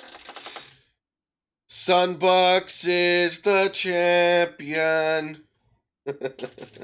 Ironically, you realize what this means, right? No. Our original code would have worked. Oh yeah, yeah. You mean the code we wrote like 2 hours ago? Yeah. Legitimately, our original code would have worked. Oh. So here's the irony, everybody. Because of a delay in the way that the game works, we just spent an hour and a half on code that worked just fine.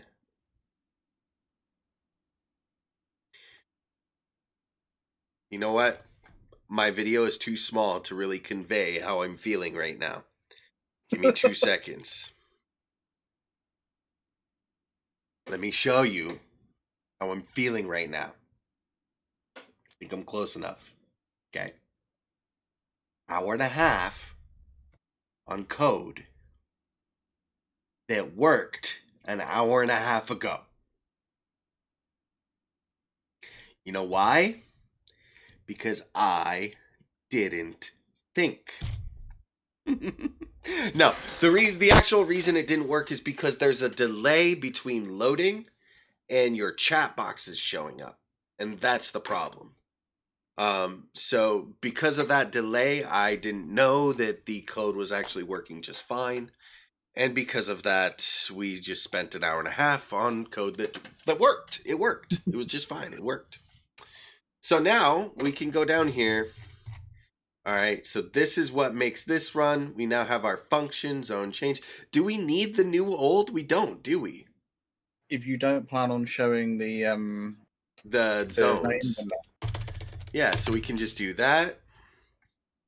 I like your thing is to have your comment next to it. I like to have my comment above it, so we're gonna change this to fit my style. Save. We're gonna get rid of the local zones because if I don't get rid of those, do I need the local zones equals gearswap.res.zones? no. Okay. No. Okay, I didn't think so. Yeah, Gearswap doesn't like delays at all. He crashes on them. Yeah, it crashes on delays. Not only does it not use delays, it hates delays. Yeah. All right. Stack over. Yep. There we go. Now, we have this beautiful function. We can empty it for now. Beautiful function that fires anytime we change a zone.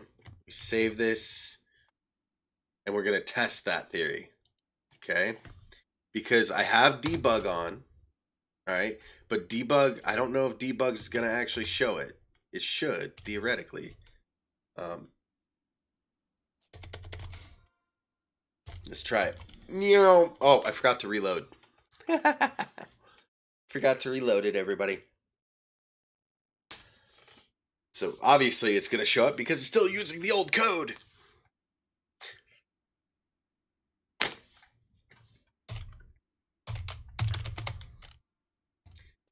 Meow. Meow. And then we're going to take a quick 3-minute break because I got to pee. And I've had to pee for about an hour, but I've been so obsessed with this, I haven't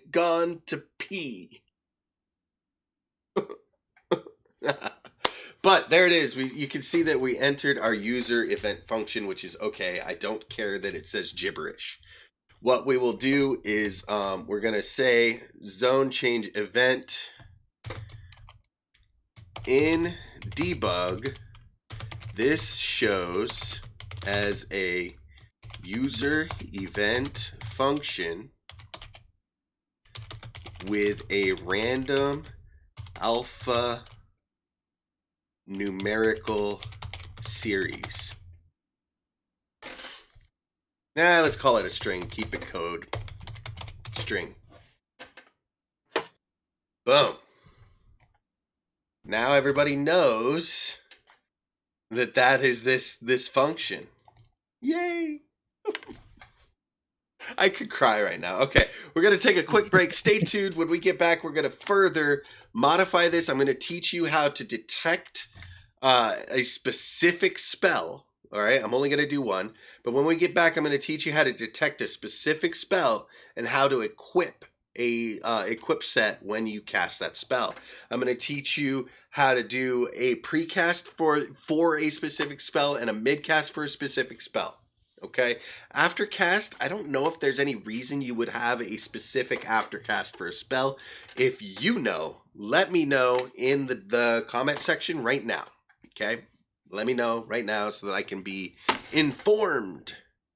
Informatio. Anyway, stay tuned right here to the strange legend. Meow.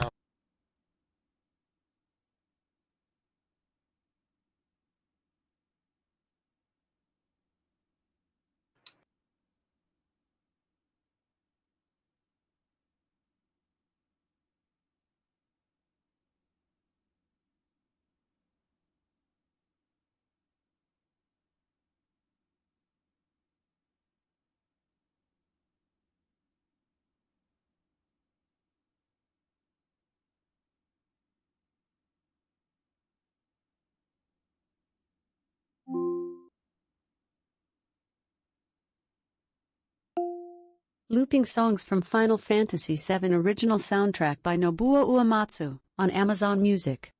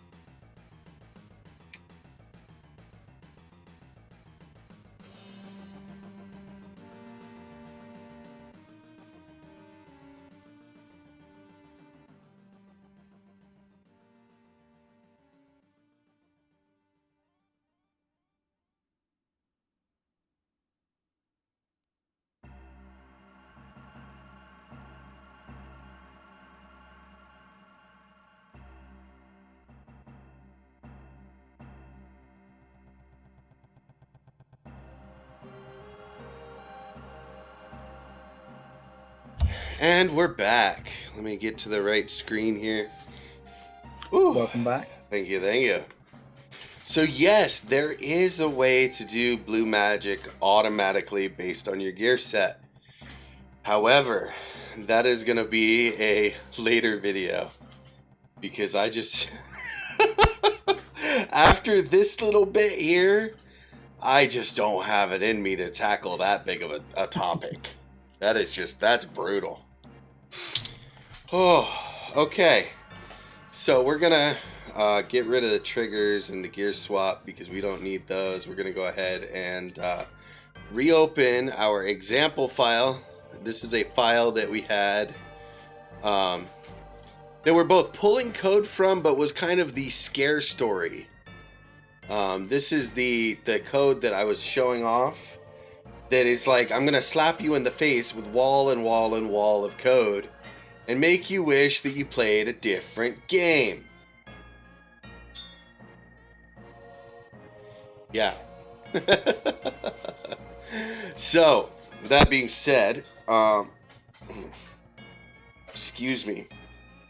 The easiest way to do a blue magic gear set, to change your blue magic like that, is to use another add-on that does that, and then use the command in Gearswap.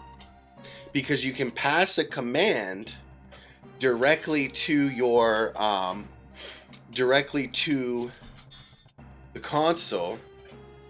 Yeah, you can pass a command to the console through Gearswap, and that's how you do it. That's how you do it easily without, changing everything under the sun. And I would be a lot more apt to tell somebody you need to have this add-on or plugin installed that is just click a button, you're done, than to have extra files that you now have to put into Gearswap. And that's the difference. Like, I'm all for you have to press one extra button, dunskies. Like, for instance, we're going to talk about Easy Nuke today, which Easy Nuke is awesome because you do /easy element and fire, and that sets your element to fire, and now you can do /easy boom 4, and it tries to cast fire 4. You know? Like, entering... Ooh, there's a filtered action? Interesting. So filtered action is when you try to do something that you can't do. I would probably have that yell at you. You're not on Black Mage, doofus.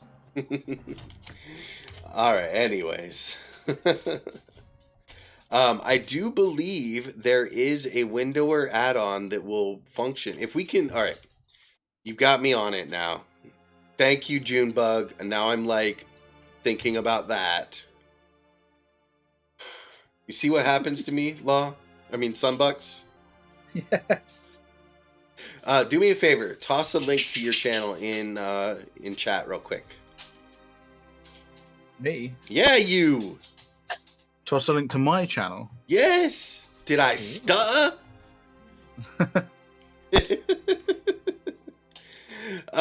So here you go. Azure sets automated blue magic setting. Okay, and if we pull up the about for that, we'll pull this over to this window.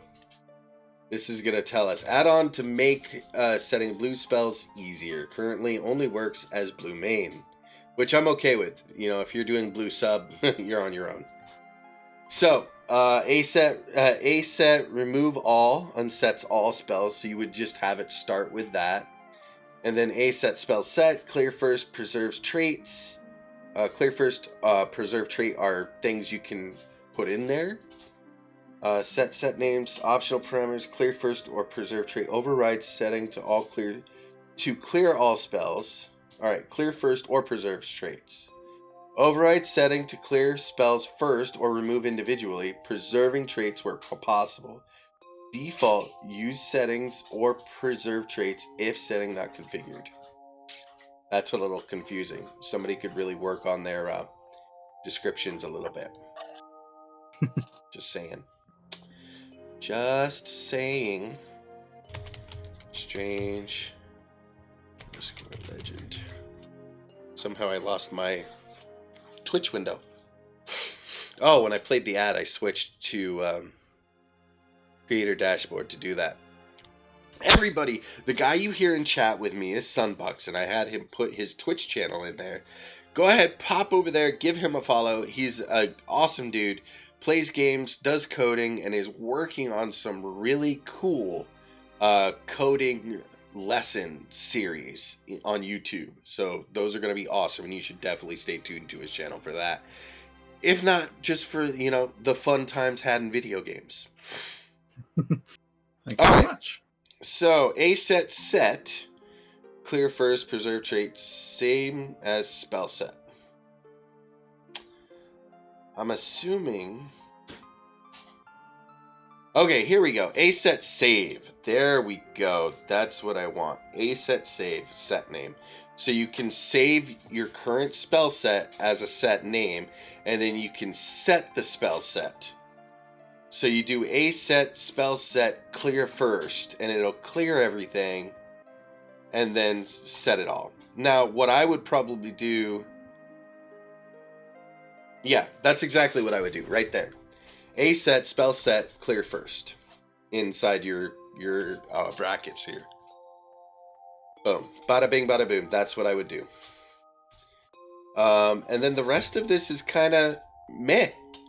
You use these manually. You don't use these inside a Gearswap.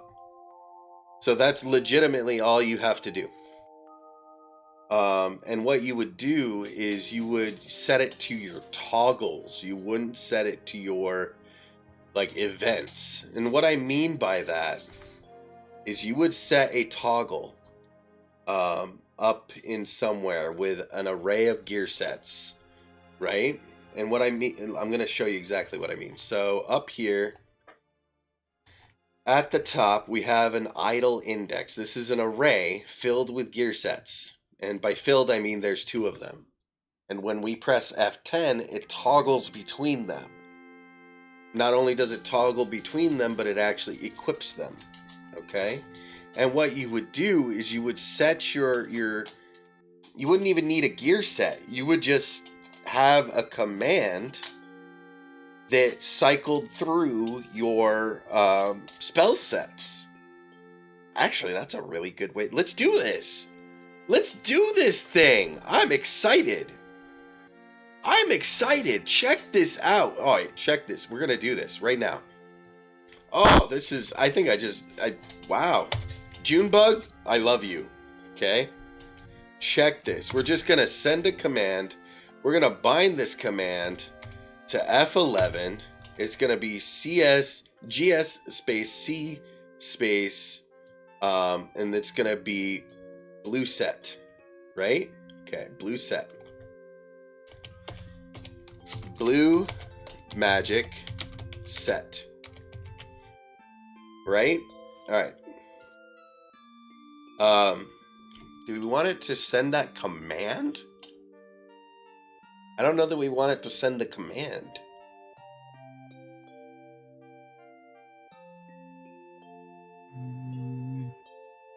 I think I want it to just send to chat.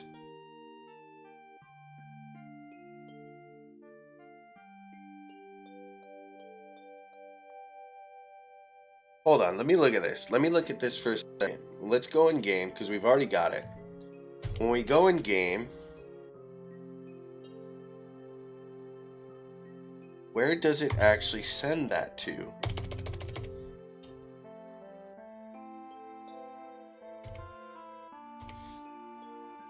So the F10 command, by the way, goes to the self-command function.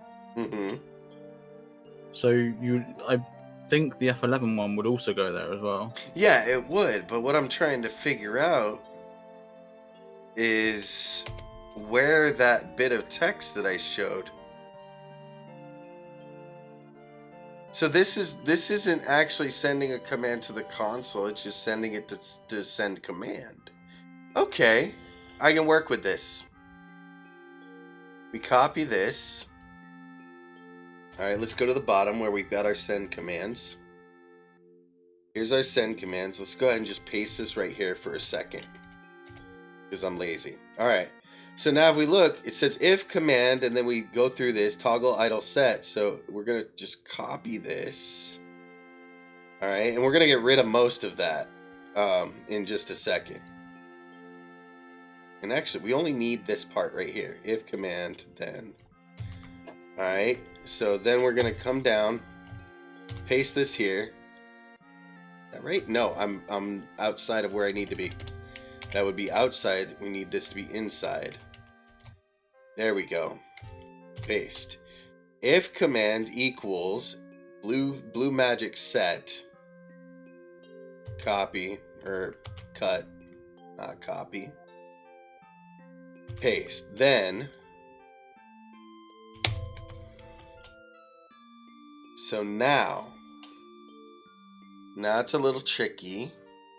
I want to say it's send command at input, and instead of /echo, we do, yeah. So we do send underscore command, open paren, apostrophe, at symbol, input, and then let's do double backslash, and what was our command? That's not the right readme. This is the right readme. So we're gonna do a set space spell set space clear first space clear first in brackets space.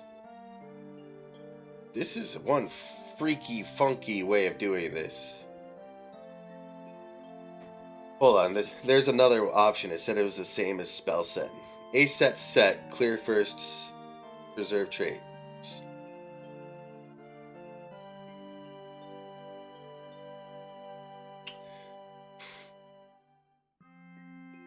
That is so funky. I mean, if I'm understanding it correctly, then it would be double backslash a set spell set clear first set. Let's save it as default.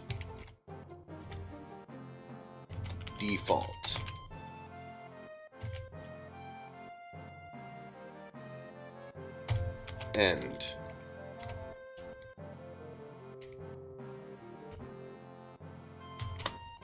All right, now we need to do two things. Now that I've made my head hurt again. You realize I'm going to blame you for this if this turns into a pain in the ass. Not you, son. Junebug. No, I know who you're talking about. All right, here we go. Save. All right, now I don't have Azure sets loaded, so I got to load that first. Yeah, so double backslash Lua load Azure sets. Loaded successfully. Okay, now we're going to hit, we got to save a set, which was double backslash a set save, and we called it default, so we're going to go default set default saved. Okay, let's just make sure that our let's test our code here. A set spell set clear first set default. Set not defined clear first. Okay. So that tells me that maybe the code is this. Default. Set not defined default. Okay. Okay. So maybe this is it. Default was already a... Alright, fine. I'll go manually remove all of my spells. Thank you. Brat.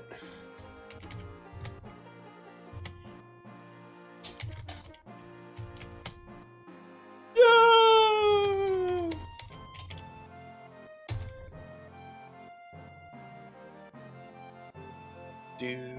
I wonder if it's going to tell me when it's done.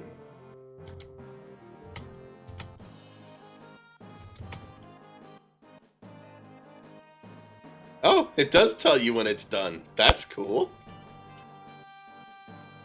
All right. So we need to change our code inside of the thing.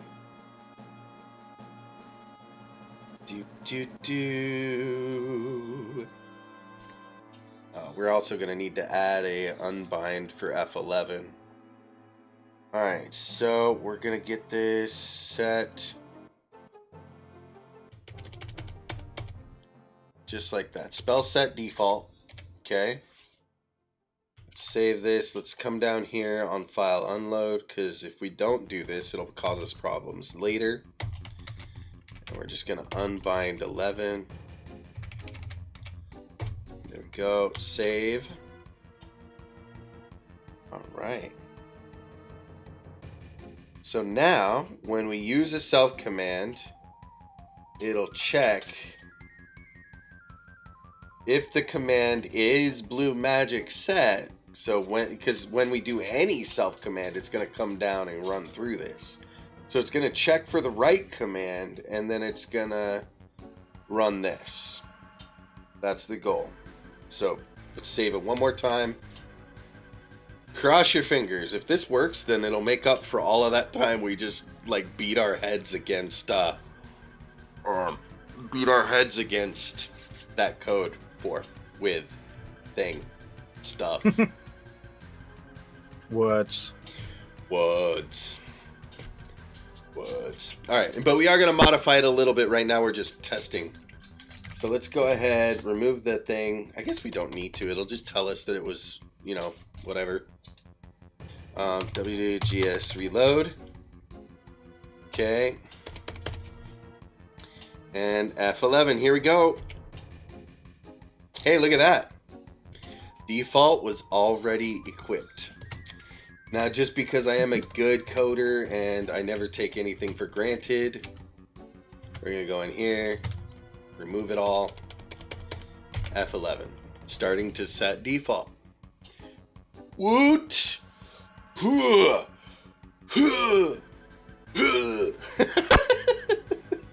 up. Leave me alone. Okay. I'm a dork. Okay.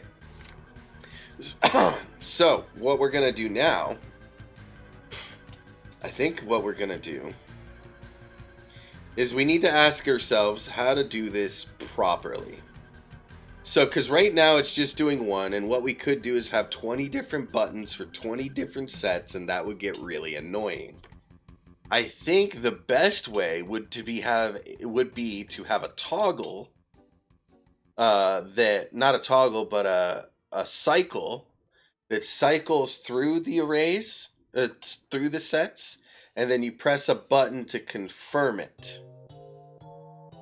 So it's going to take two buttons, so it's a little unelegant in that sense, but I think it's a little more elegant than just having it start to set a spell set and then get interrupted over and over again.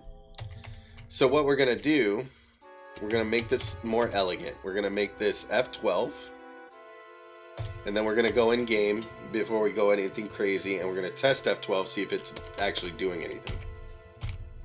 It toggles the FPS.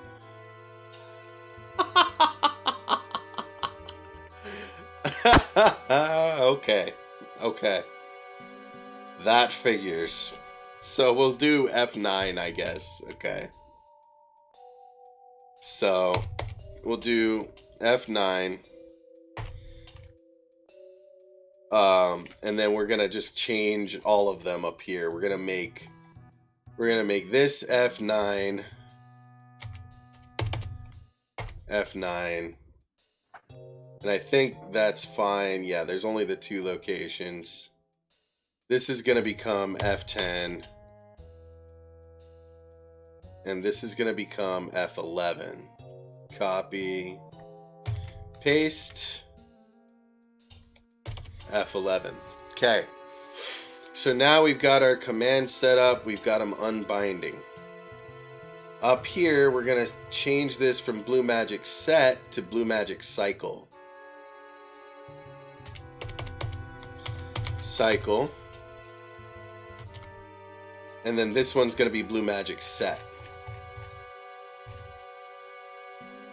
And then instead of default, we're going to have this be all the way up here. We're going to declare a variable. You know what? We're going to declare it here right underneath the commands just because. We're going to call this blue magic spell set. I know it's a long one, so we're going to change it. That's too long. Blue spell. What do you think? Blue spell or blue spell set? I think blue spell, right? Yeah, let's just do blue spell. Screw it. Equals 1. All right. And we're going to steal some code. Yay for stealing code. Nice.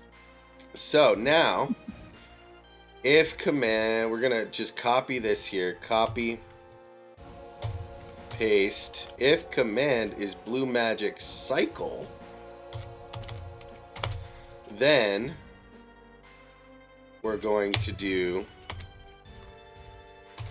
blue. Did I do blue or blue? Did I do blue or blue? I did it with no E. I did it like the job, not the color. Okay. Blue spell equals blue spell plus 1. That should work. Okay. If, and we're gonna have to create an array, I just realized. Ow.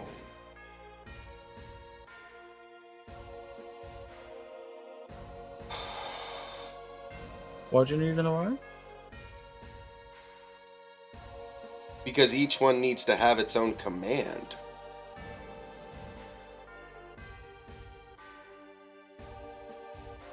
Okay.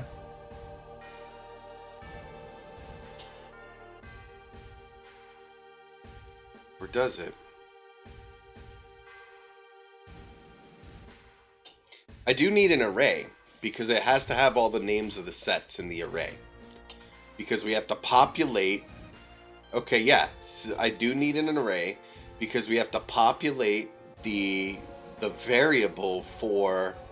Because down here, it's not going to be spell set default. It's going to be spell set blue set. Okay, so it's going to be spell set, right? And then we're going to do this double thing. Blue set double thing. And back in, I guess? Yeah. Yep. Okay, so that's going to be a variable, right? That we need to populate from the array. So in this case, we're going to do, it's going to be blue set, right? Dot index, okay, equals curly bracket. The first one we know is default. Second one we'll do magic attack. Third one, let's do physical attack. Right? And we need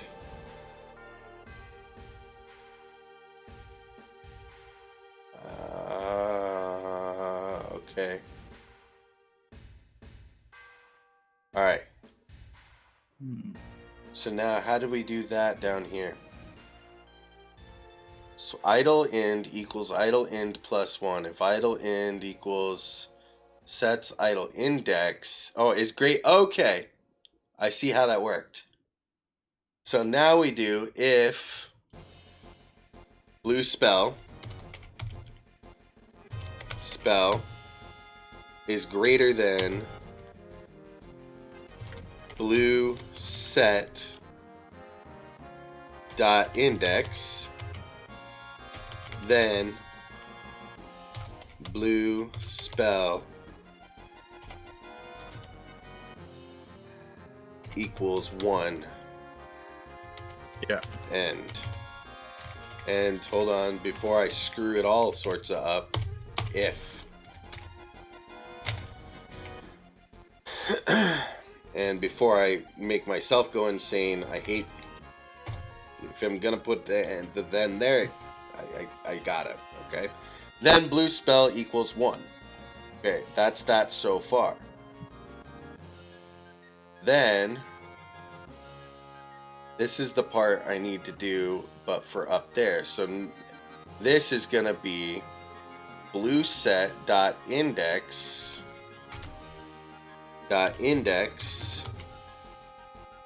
open square brackets, and then it's not idle end, it's blue spell. Mm-hmm.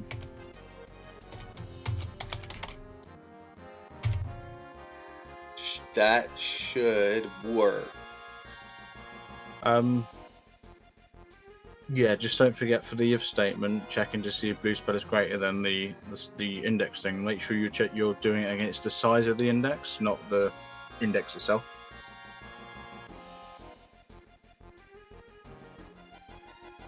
You're right. Does that make sense? Yep. I need the hashtag. Yeah. Size of blue set dot index. It is blue set dot index. That's what I put it, right? Sets idle dot index idle end. Okay, this makes sense. Okay. I guess I could just call it blue spell and blue spell dot index, right? You don't even need the index part. You could just have it as blue set. Really? Yeah. I like index though, because it tells people it's an index. Fair enough. Yeah. Cool. I mean, if it was just you and me, I would just leave it, because you and I would read that as an array. Hmm. And actually, if that's how I'm gonna say it, I should, well, saying array would probably cause problems. Alright, blue spell, Also, blue set dot index. You want to make them strings, don't you?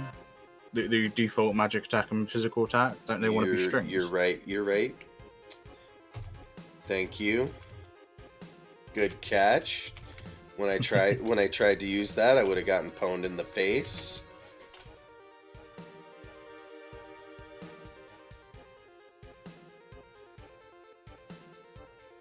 So we've got blue spell equals 1, blue set dot index is the index. Down here, if command is blue cycle, then we're adding 1 to blue spell. Checking is blue spell bigger than the amount inside of blue set index.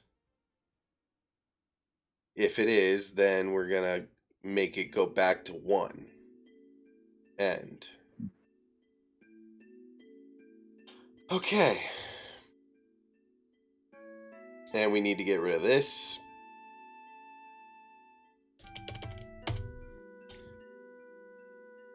The hell just happened? Oh.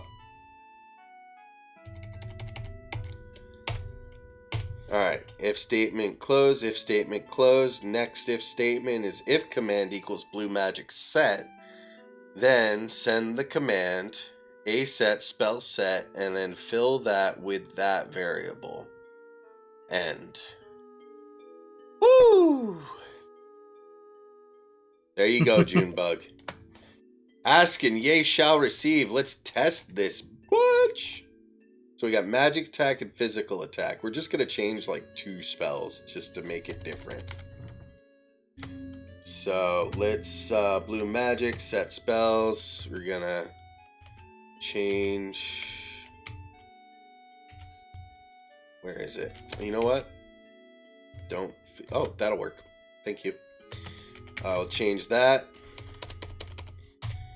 And we're going to do // aset save. This is going to be magic attack. Okay.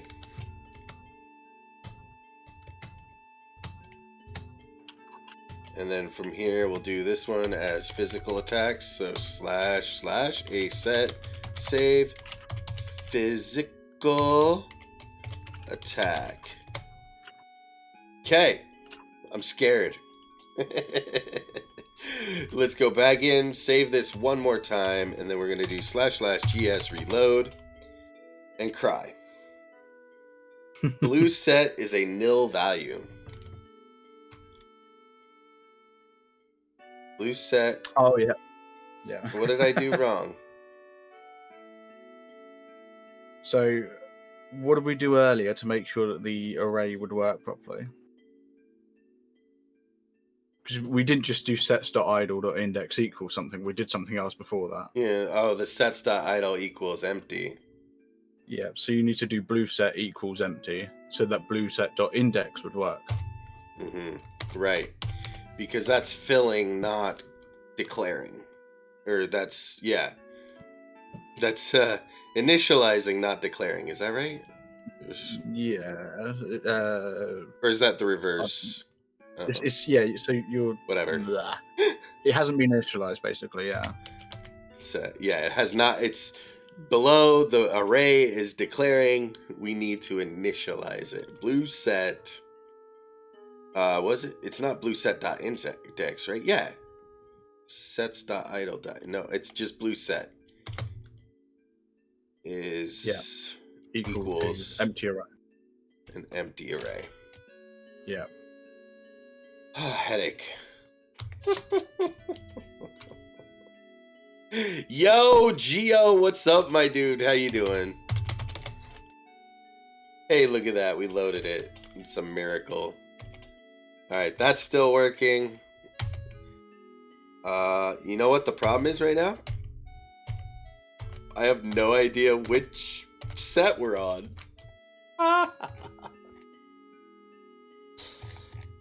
Valorant? Nice! How is it? Ouch. Alright. So now we need, why are you annoyed?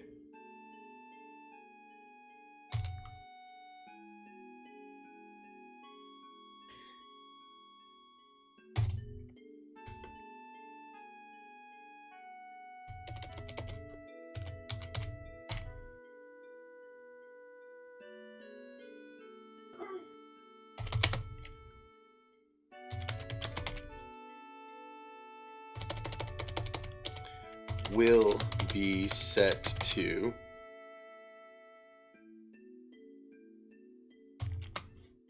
alright, let's try that.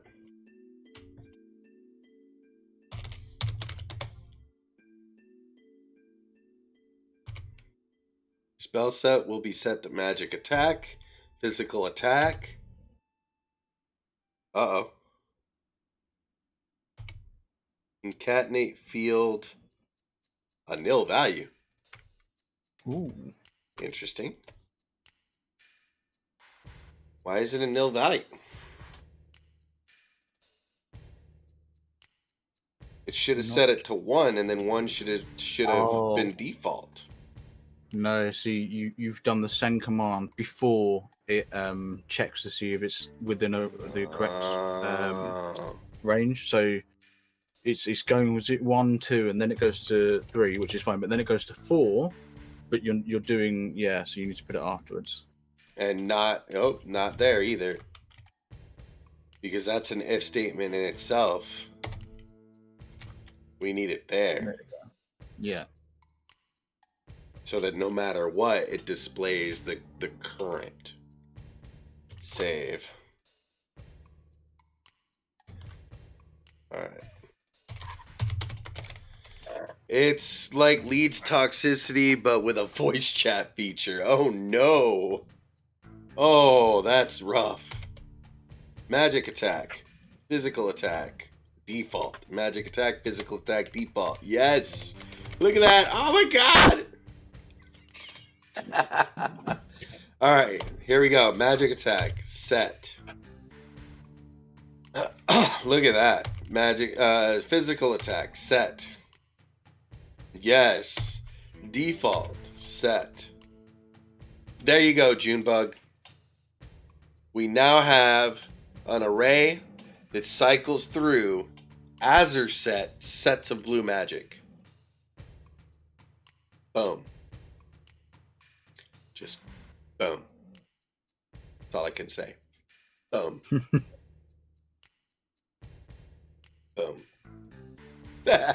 All right. And you can combine this. So if you really wanted to equip a certain set of gear alongside that, so let's say that you want, I'm not going to do this because this is quite a bit of code, but you can combine this with an equip set array and then have it equip have it set the variable to that equip set and equip it when you confirm.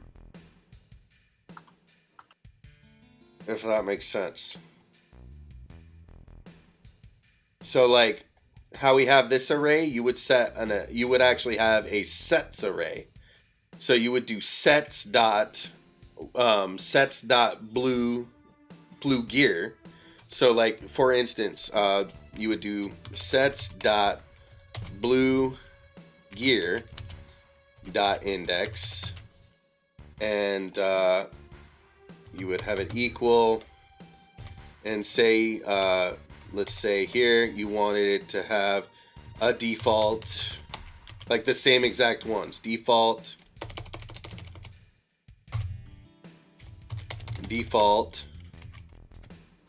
comma, command. Hey, you're barking at the wrong door.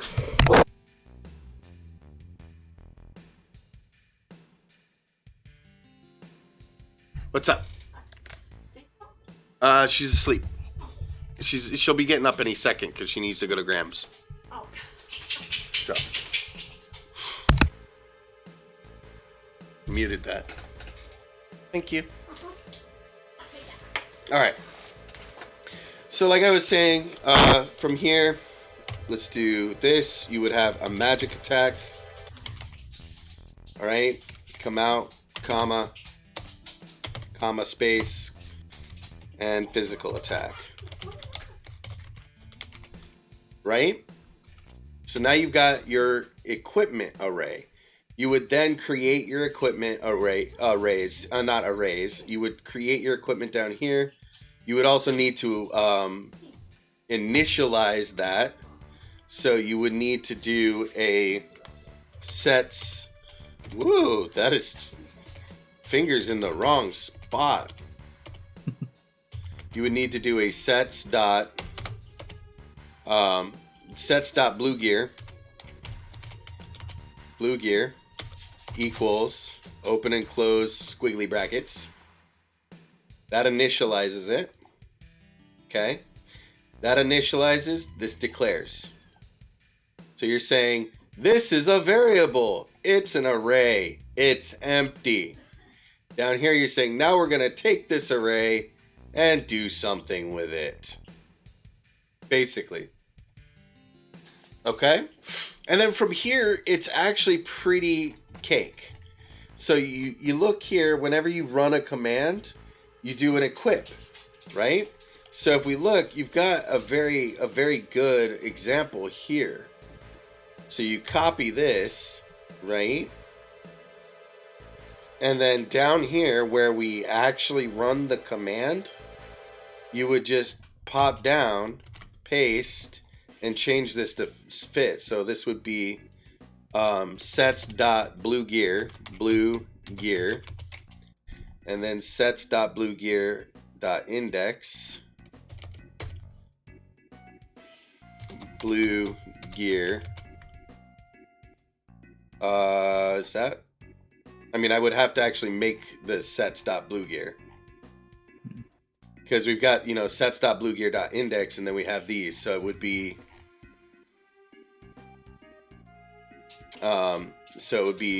for instance, we would make, not there, but we would create a new section called Blue Mage Gear. And then this would be sets dot blue gear dot default. And that would be equals open and close curly bracket. And let's just, for the sake of argument's sake, say that it's the exact same as this. Paste that right in there. Get rid of my extra space here. So, and the beautiful thing about, you know, a lot of these programs is you can collapse stuff.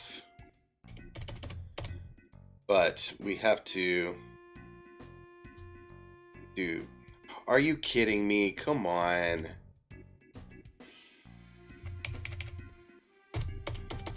If you want it to collapse, you have to get it to actually, like... If you highlight all the all each line you want to indent and then press tab, it should work. There we go. And then you can collapse it. And that'll make your code a lot easier to read. And that works in both Visual Studio and Notepad++, just for the record. So if we go up here, we do this. We indent it, collapse. And it makes it a whole lot easier to read. You know, indent, collapse. Oh. Indent, collapse. And now, see? Now you just see the code. You don't have this gibberish of craziness. And don't get me started. But at the same time, there is a way to use a text file. I will figure that out at a later date. No June bugs. No, I will not do it now. But from this point, you know, we've got this blue gear.default. Okay. Set. And when we call it down here, we're doing the spell set, and then at the same time we're going to say equip the blue gear, and then whatever this variable is, and oops, we almost screwed up. We almost tried to call the idle index. That would have been bad, okay? In this case, it's blue. It's not blue spell, it's blue gear, right? Crap. It's blue spell. No, it's not. It's blue gear. We want blue gear. I mean, we made them identical, so technically we could use the same index. But it's blue gear. Just in case. Blue gear. Because you might not have them named the same thing. So sets.bluegear, sets.bluegear.index blue gear.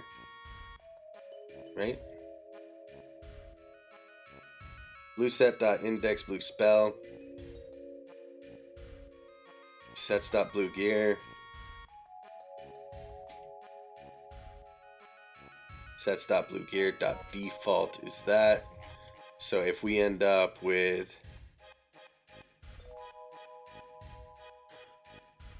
I'm just trying to double check all my code. So sets.idle, sets.idle.index, idle index. That should theoretically work. Let's give it a shot. It's scary to me. It just seems like gibberish. Yeah, see, I knew something was wrong. I knew something was wrong. Okay. Gearswap Mordsith line 100. Attempt to index field blue gear nil value. Really? Line 100.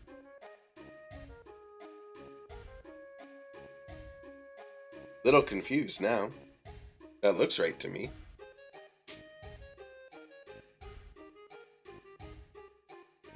Did I do something wrong? Sets.idle.idle standard.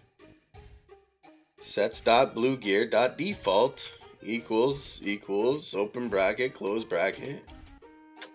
What did I do wrong? Any ideas, son? Let's see the error again in the game. So it's a bit hard to read. Add-ons, Gearswap, Data, Mordsith, Lua 100. Attempt to index field blue gear a nil value. Blue gear, BLU gear. I'm betting I declared it as something else. No, sets.bluegear. Sets.bluegear.index. Yeah, I see what's going on there. All right. So we're creating sets below. We're creating we're declaring sets below the point where we're declaring sets.bluegear. So you need to move the part where you create the blue gear, like the sets.bluegear and sets.bluegear.index need to be put below sets. Oh, so I don't know. No, this stays here. It's this stuff that needs to get moved below sets. Yeah. Gotcha. Yeah. Okay. I knew I was doing something wrong. It's what I get for trying to keep things separate.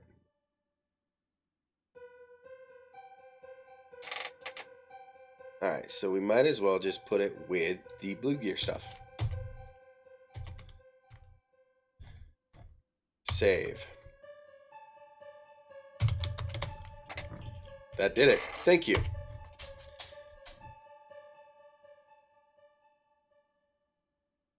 I know. I don't get why that text needs to be read either, but you know, whatever. Okay. Now let's make sure that we got what we got going on works. Are we cycling? That's the biggest question right now. We have a cycle here, but we don't have a cycle for our blue set. That's a problem. Yeah, the red text is ridiculously hard to read on the screen. I agree with you. A lot of times I have to lean like way forward. That's why my eyes hurt right now. So now what we need to do is I feel like since we've got the two linked together, we should keep them together. So in reality, we don't need the +1 side of it. Did we even do that? I don't think we did. Yeah, we didn't do that side of it. We didn't create a blue gear variable that's an integer, which is good. Because I think what we're going to do, now that I'm thinking about it,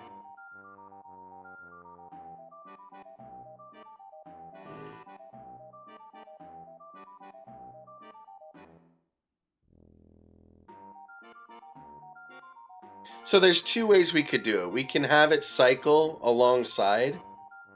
So we can create a blue gear equals blue gear +1, right? And then we can literally just copy this.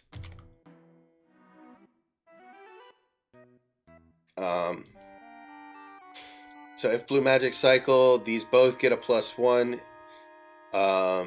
If blue spell is greater than the blue set index, then we're going to set both of them blue gear equals 1. Now we need to go create blue gear. Oops. We need it with an E, don't we? Because we can't have... Well, yeah, we can, right? No. Because Gearswap ignores sets. So we do need it just slightly different. Blue gear. There we go. Because, I mean, when we look at the idle one, you'll notice it's idle index. Like, it's the idle _ index. Or IND. He made it different. So now we've got this set. This cycles with the blue spell sets. It reverts when the blue spell sets do.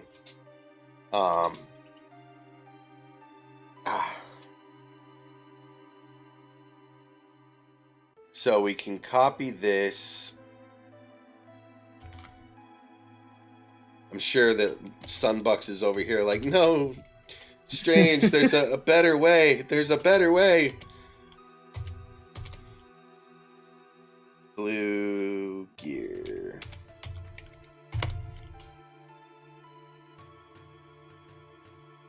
And then it's blue gear.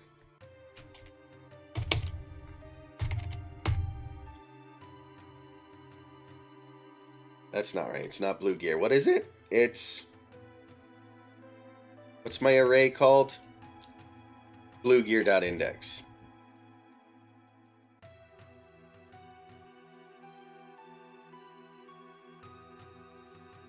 Wait a minute.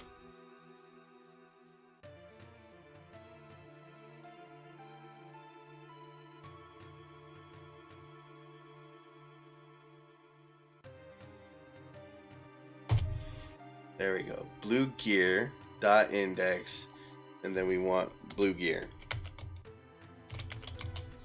because that's the number.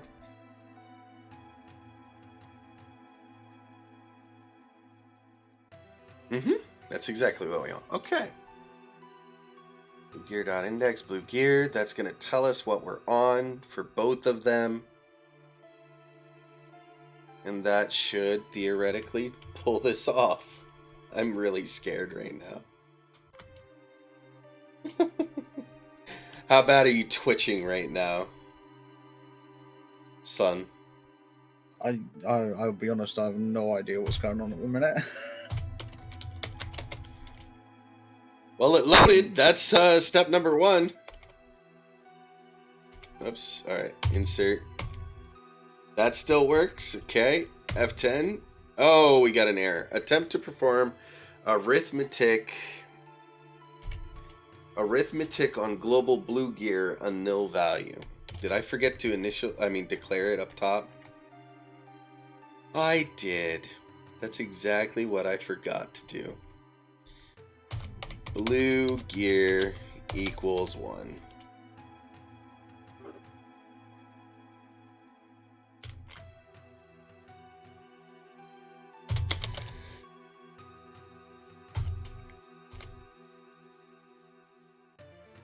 Uh-oh.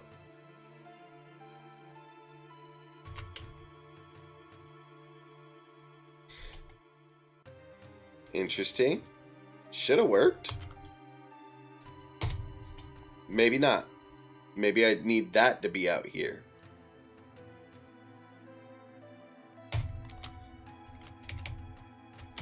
Unless it's the blue set. That might be it. No, blue set was part of this. Save.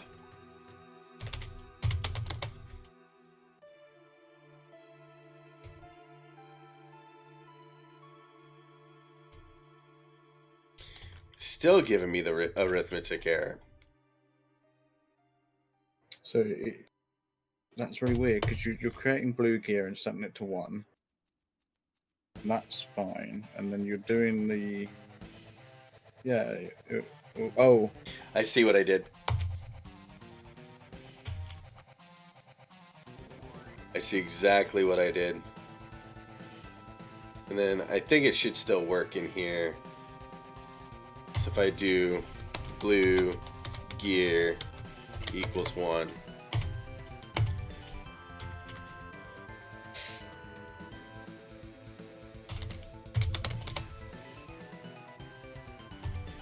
That was so fast I didn't even see if it loaded or not.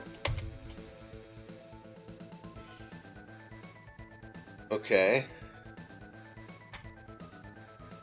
So maybe it does need to be outside of it, I guess. I don't know. Let's just do that. That was a different error, but okay.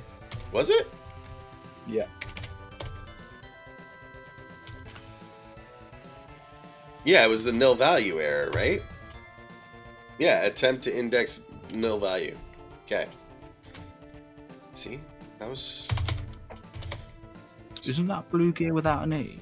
Or has that got an E in it? I don't know. I don't know.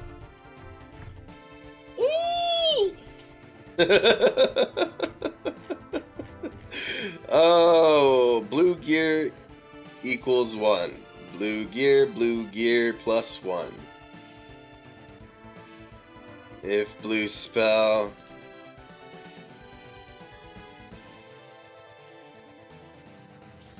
Didn't it used to give a line number? Has it stopped giving them now? No, it gives a line number. Pretty sure. Line 152. 152, right here. Blue gear dot index blue gear.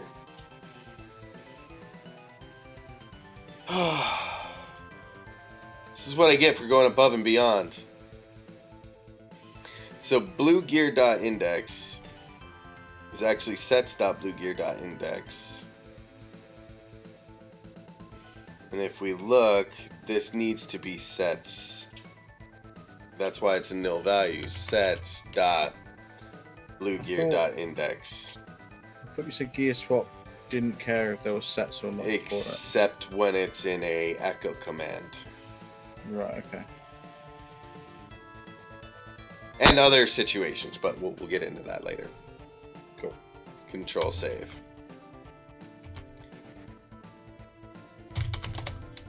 All right.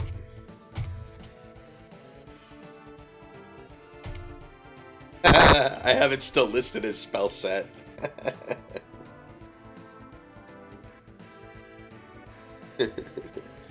Blue gear set. You knock it off.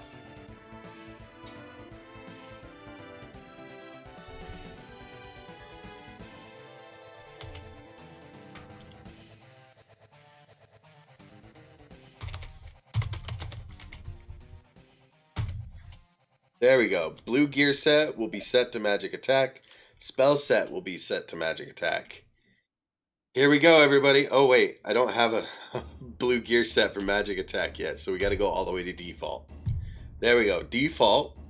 Okay. Let's hit it. I'm scared.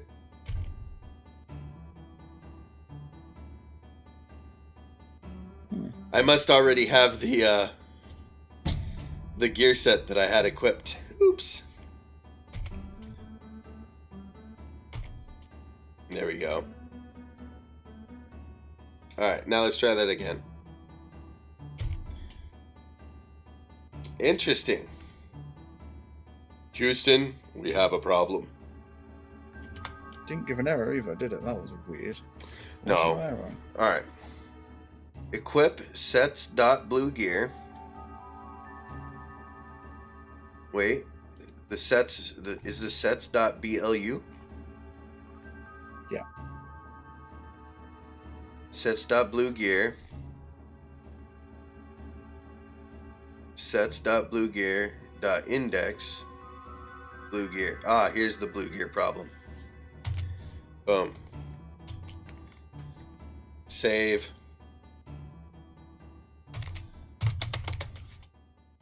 Reload. Make sure we're on default. Boom! I am the champion. Ah, hallelujah. Hallelujah. Hallelujah. Oh. So the better way to do this is to link the two to your idle sets. Or link the two arrays to the same set that you want to equip when you're done doing what you're doing. So if you start casting a spell and you have all of your spells finish, by re-equipping your idle set, you should set it to your idle set, is what you should do.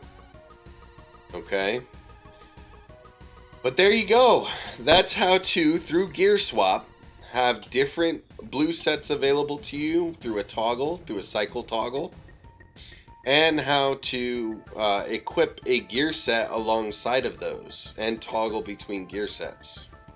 So we've done a lot with that little bit. We did a lot with that little bit, okay? And that was even on my agenda. Wow.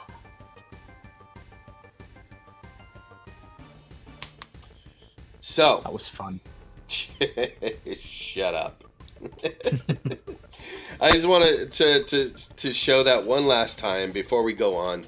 What we did to make this work is you create your blue sets. So whatever blue sets you want, name them whatever you want, but then you index them. You create an index with all of your blue sets, okay? And if you're gonna link the two, so if you have blue sets for your magic and blue gear sets, and you're linking the two, you know, honestly, I recommend you use the same names and then just use one freaking array. Okay? Just saying.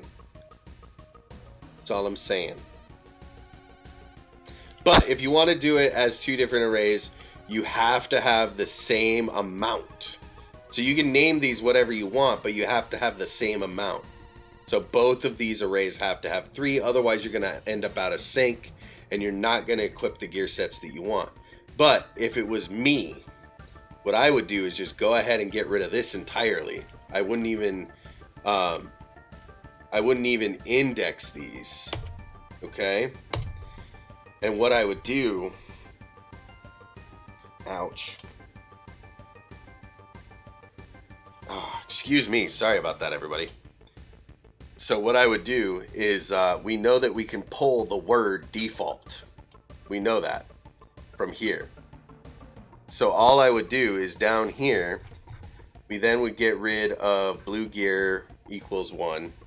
Get rid of that entirely. We would then get rid of this because we know that when we equip the blue set that corresponds, that's the one we're equipping here. Okay. And then what you do, again, get rid of this here, get rid of blue gear. So now you've got your basic setup for your blue set, right? That's much better. Oh. Sets.bluegear, it's not index anymore. So it's not .index, it's we're calling another variable.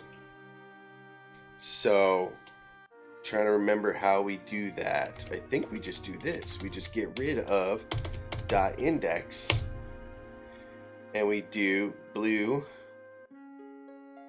spell. But we're calling that based on an index. So, alright, I think I know how to do this.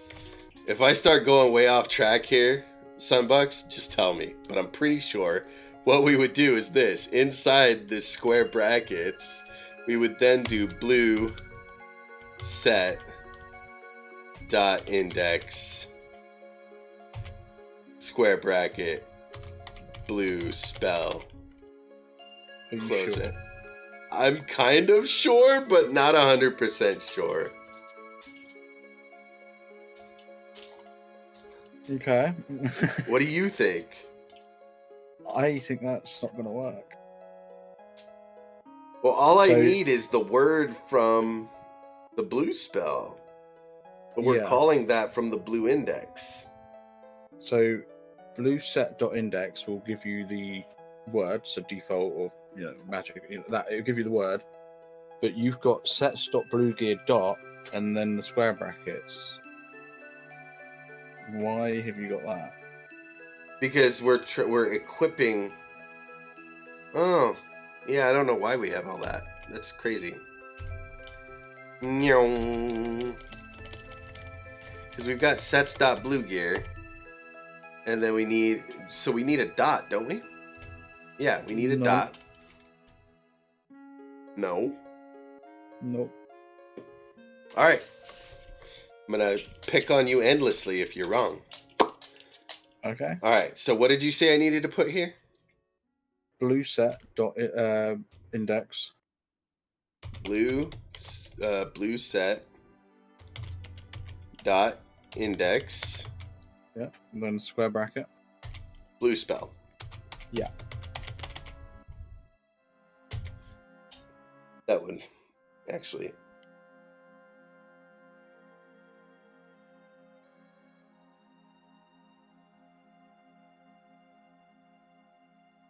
I don't think it'll work, but I think it's only because we need a dot here. But let's give it a try. So let's go ahead. We saved it. Let's reload it.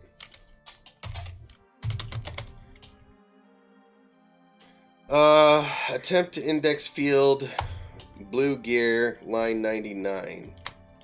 I forgot to take it off somewhere. 99 all the way up here. I forgot to remove blue gear somewhere, so here's blue gear. That wouldn't have done it, but we'll get rid of it anyway. Did I forget to get rid of an index? Sets.bluegear.default. No, I got rid of the index.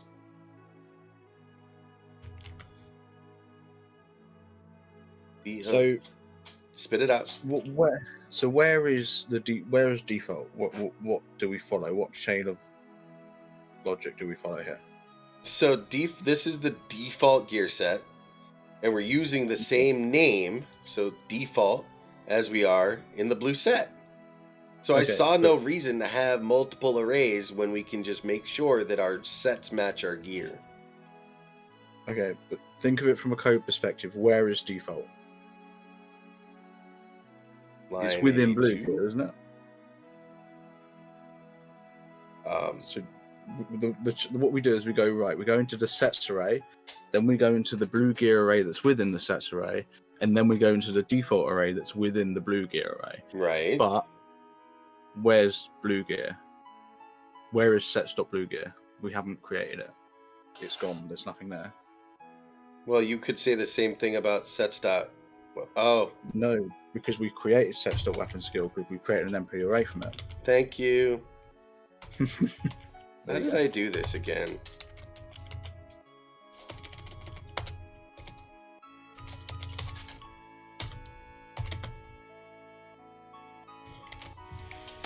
Wow. That was dumb. See, even I'm just fried, guys. This is the point where normally you would take a break, walk away, come back and be like, "Oh, duh." Instead, I've got, Sunbucks on the other side to slap me. Okay. Now we have a little bit of a wager going on here. Sunbucks thinks this will work. I think that we're missing a period.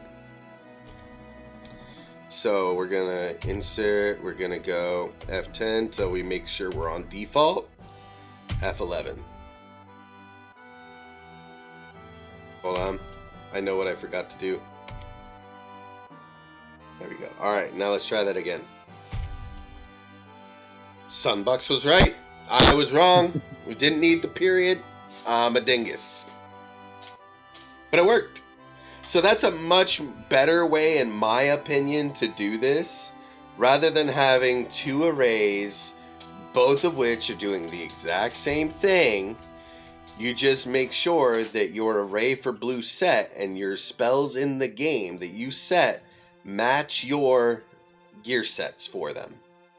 And you're gonna do that anyway.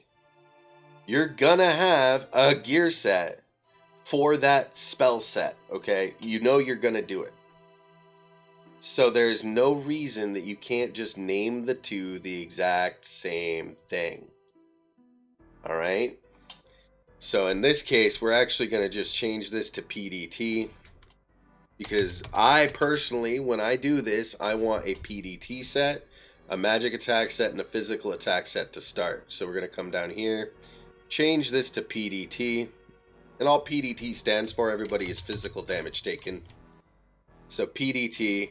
And that should literally take care of it. Because we don't call them by specifics anymore. So, and then all we need to do is we're gonna go ahead and just copy this for now because I don't have multiple gear sets.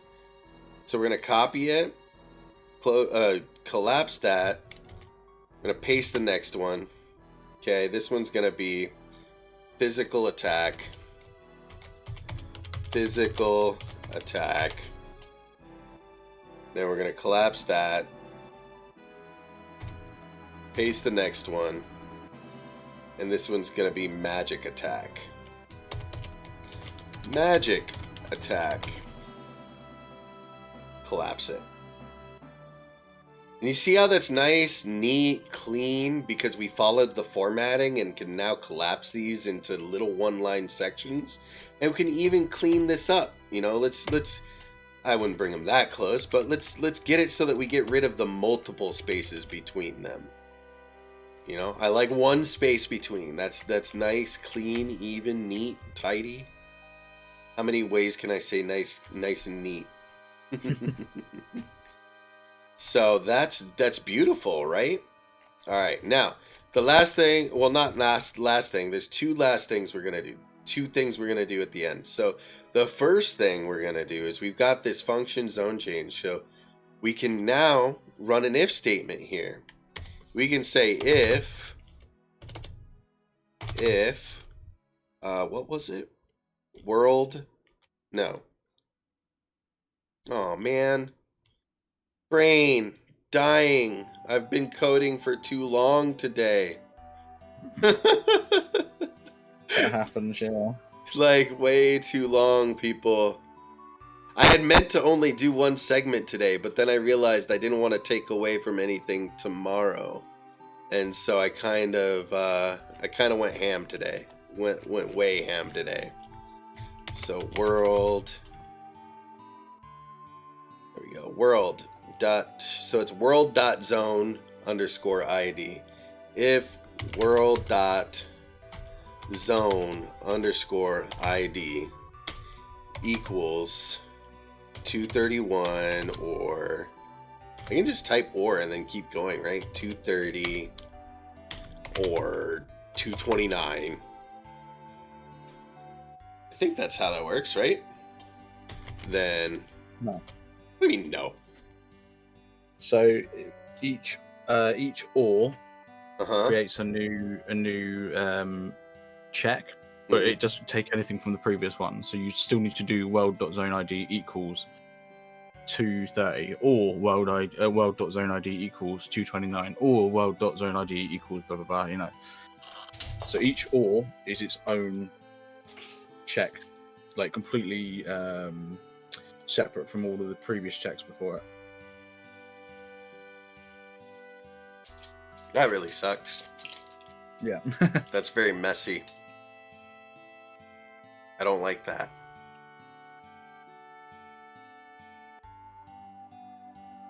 Got any cleaner ways? Nope. The only other way would be to do if world dot area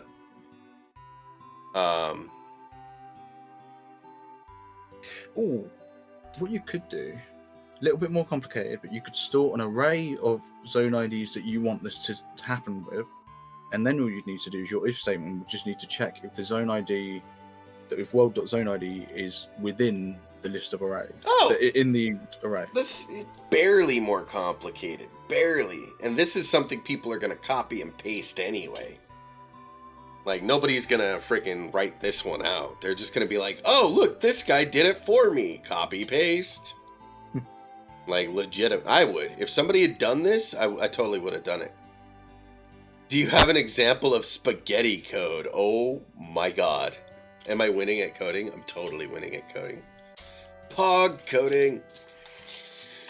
Spaghetti code. What in the world is spaghetti code? Messy code where like it all. Yeah, I do. I have an example. Look, right here. Like it's actually all together. It's organized. I can't. It's not spaghetti code. It's just slap you in the face code.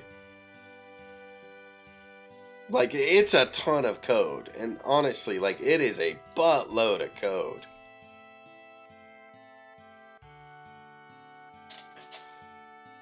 You are.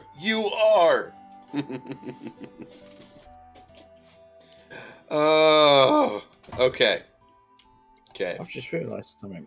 Thus, it's very hard to create spaghetti code in Lua because Lua is literally run from top to bottom. Mm-hmm. As in, like, you know, if you try and use a function before it's created in the file, you just can't because it is run from top to bottom. Whereas languages like C#, it all gets compiled and then it's run. So it's a lot easier to do spaghetti code in like C# or Java than Lua. Wait a minute. Before I go shoot myself in the foot, let's double check it. Yeah, it did do. So blueset.insect ends up being blueset. Yeah. And that was only because I liked it. Where did I initialize blueset.index? Blueset. Okay. So blueset, I initialized it, and then I created the blueset.index. Okay. Cities.index equals 231, comma 232, comma. All right, 230, comma. Oh, that's a period. Oh no, we're all dead. It's all over. So now what we're doing, I'm going to show you, there's a list of cities. And we're going to have to go through the list and find out what their zone IDs are. So here's the list. And we're just going to go through all the cities, all right? And what we could do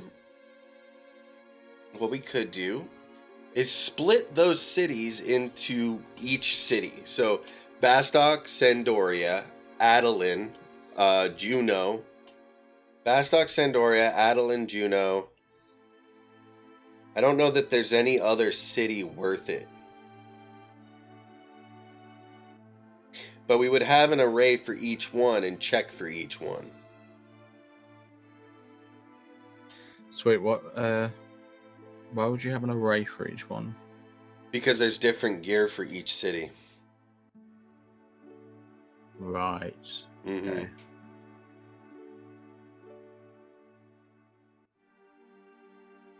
So, but Bastok Markets is 235. So theoretically, that would make Bastok Mines 237, 234. Joy. So I'm gonna have to click on each one. Yay me. All right, that's not something we're gonna do today. I'm sorry, I don't have that kind of patience. We're gonna leave this array here, just chilling, not doing anything. And we're gonna get rid of this because we're not gonna do this today. I'm sorry. I love you guys, but I just don't have that kind of patience right now. All right. Whew.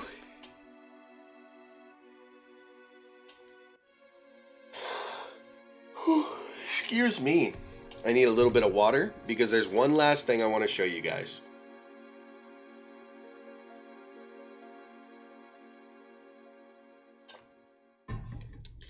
Let's say you wanted to change your gear set based on a spell. And this is something that I do like this file for because he's got it all ready for me. I don't have to do anything crazy. Like look something up when my eyes already want to bleed. So, as you can see, he's got this stuff all set up, which is really nice. And these are some really great spells that, like, great ways to have this done.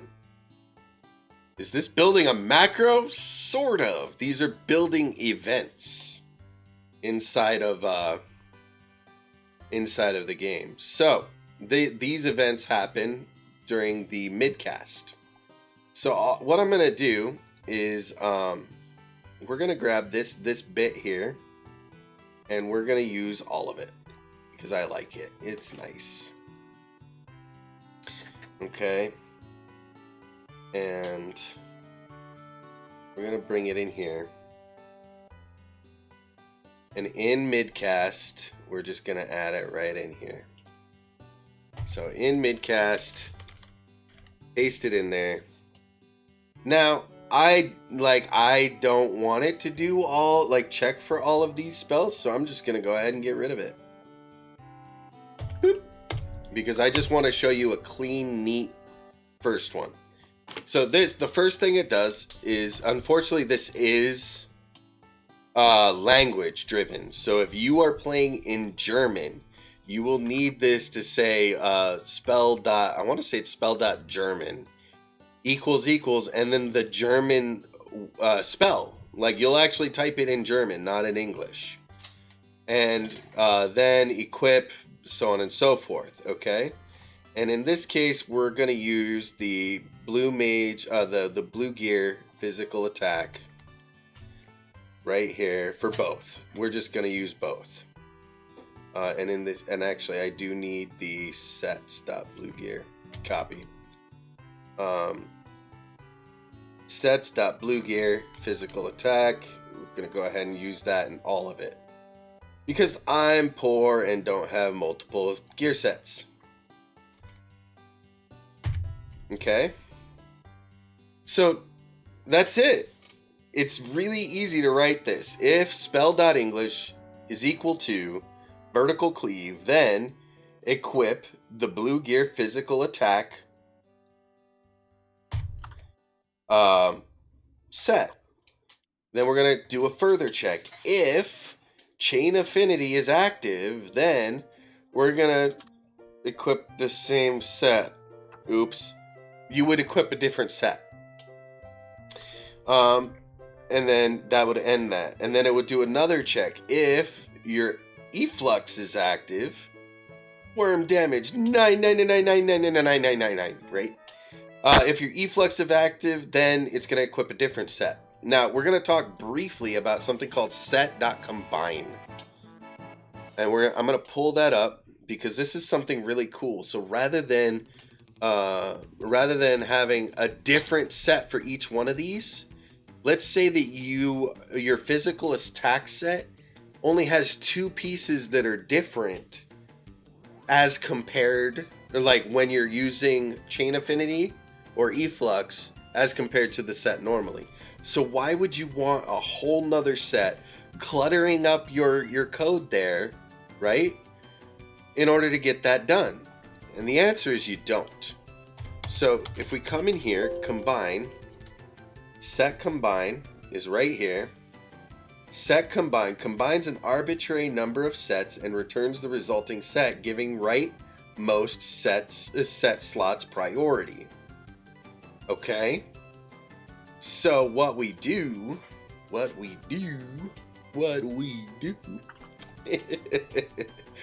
we use this code. So we do set.combine or set_combine. And so for this, I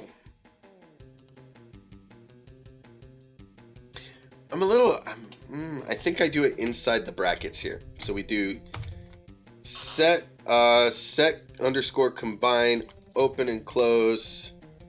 Let's get our close here. Boom. Just for the record, how many of you are reminded of the Beach Boys right now? Like, listen to this. Does this not remind you of the Beach Boys? I think it does. If death scissors equals miss, then close game. Love it. Alright, if set_combine or equip set_combine, and then from here, I feel like I need to do something with that. Let me check this. Alright, set 1, set 2. Nope, I did it right. Set combine, yep.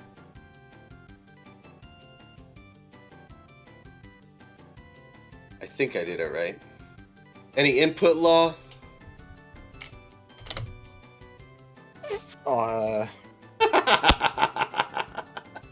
You're like, wait, what?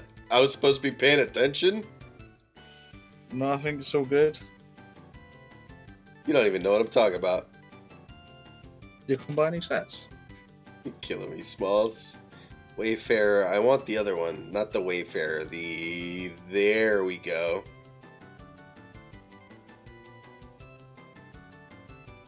We're just going to change one piece. So, here. We do this. Copy. Down here. Where's our code? Midcast. There's our code. Here we do squiggly bracket. Squiggly bracket. Just like that. Save it. I would say I'm about 60% sure this is going to work. I'm about 90% sure it's going to work. Ooh. He's more confident in my abilities than I am.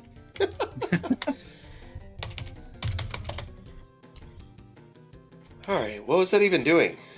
Oh, I don't even... That's funny. Alright, I gotta see if I even have vertical cleave. I just realized problems. Do I have vertical cleave? I don't even know. I know it's a physical spell. Alright. I don't have vertical cleave. Alright. How about we do it with bludgeon? There we go. Bludgeon. We can do it with bludgeon. Oh my god, that was hilarious. Hi, honey. I love you. So, let's go ahead here. We're going to do this with bludgeon. B-L-U-D-G-E-O-N. Alright, so now, because I know, I'm 99, so I know I have efflux. Theoretically, this should equip the headpiece, change the headpiece. Because I grabbed a headpiece that is different than the Blue Gear Physical. So I should see both when I cast bludgeon.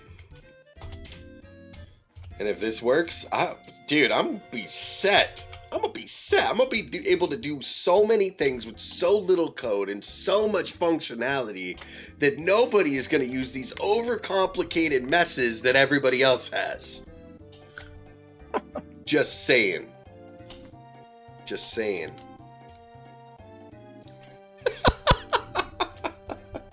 I'm a horrible person, what can I say? Alright, let's get outside. Self-detonation in 3, 2, 1, right? I know.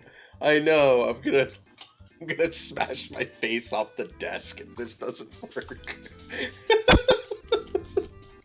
Just smash it.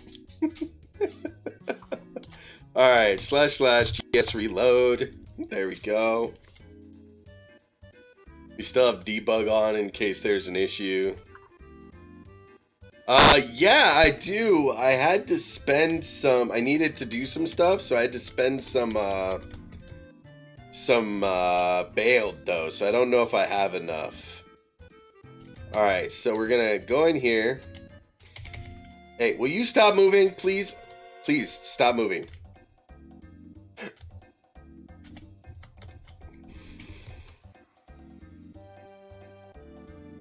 Alright, and now we're gonna cast bludgeon.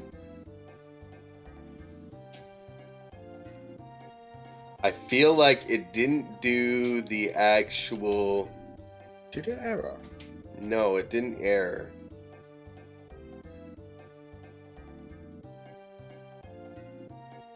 There was an aftercast, precast, midcast, aftercast. Aftercast switched to that, and then we got nothing out of bludgeon. Is what happened. Did I spell bludgeon wrong? If spell English... No, I don't want to... B-L-U-D-G-E-O-N. B-L-U-D-G-E-O-N. If spell.English equals bludgeon, then equip sets blue gear physical attack. Did I put too many S's? Yes, but I did it in both places. Physical. Let's get physical. Physical. There we go. Save. Jeez, I did it all over the place. Save.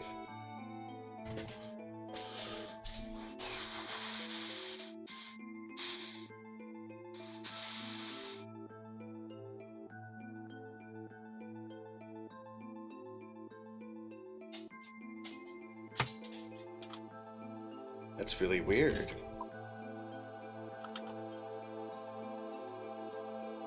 I think I should move this down because I think this overrode it.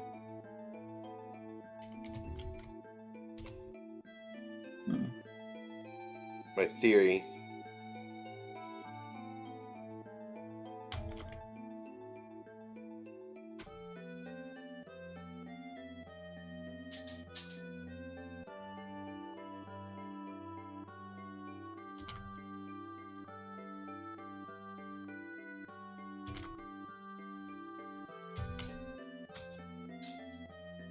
open. So I'm missing one.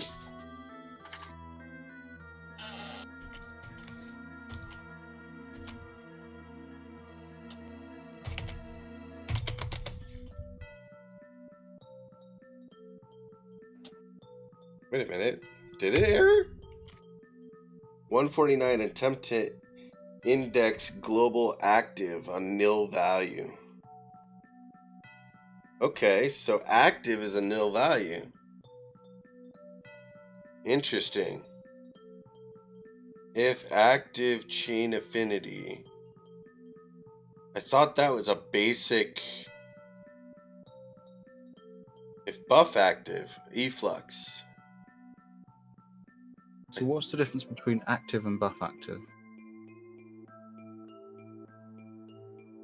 I don't know.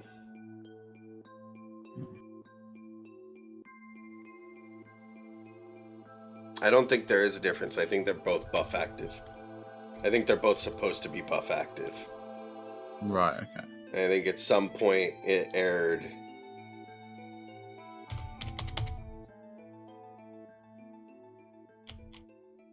Not errored, but I think it just got messed up at some point. Okay, let's try this again. First off, is it off cooldown? It is. Isn't that convenient?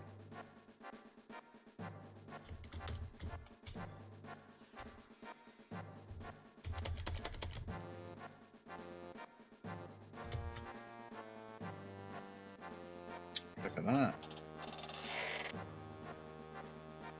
Wow, that was a lot of stuff going on there, everybody. We need to read. So we got into midcast, equipped these 3 items, entered aftercast, equipped those 3 items, and it looks like I accidentally had the same headpiece throughout.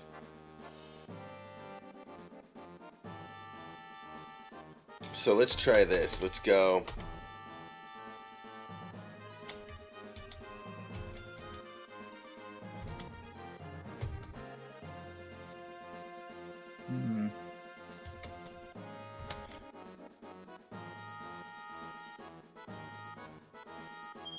Body, hands, feet, body, hands, feet.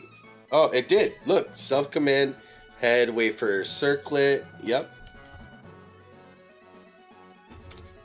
Why is it in self-command? It's all in self-command. I thought it was in mid.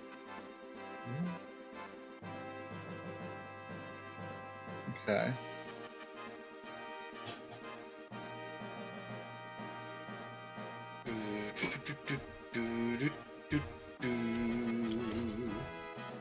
Alright, let's go back.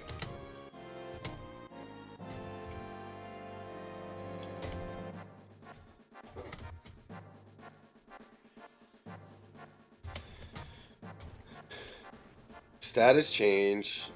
Alright, we had a midcast and an aftercast. Body, hands, and feet, body, hands, and feet in both of those.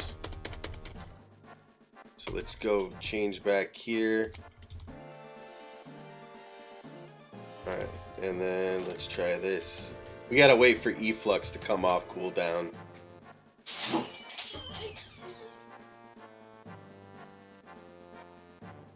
And then it went back. That's really, we got that working really well. Look at that.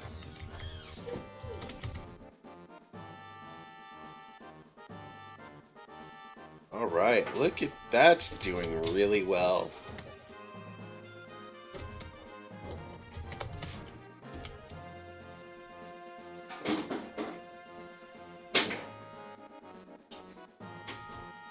We're gonna need to do some battery charge here. We're going through so many spells.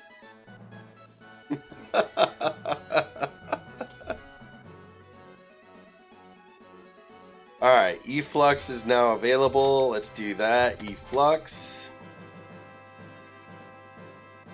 Okay, now let's go find ourselves a little rabbit. We want it to stay on that little turban there. Oh, it got out of range. I think it did, though. It did.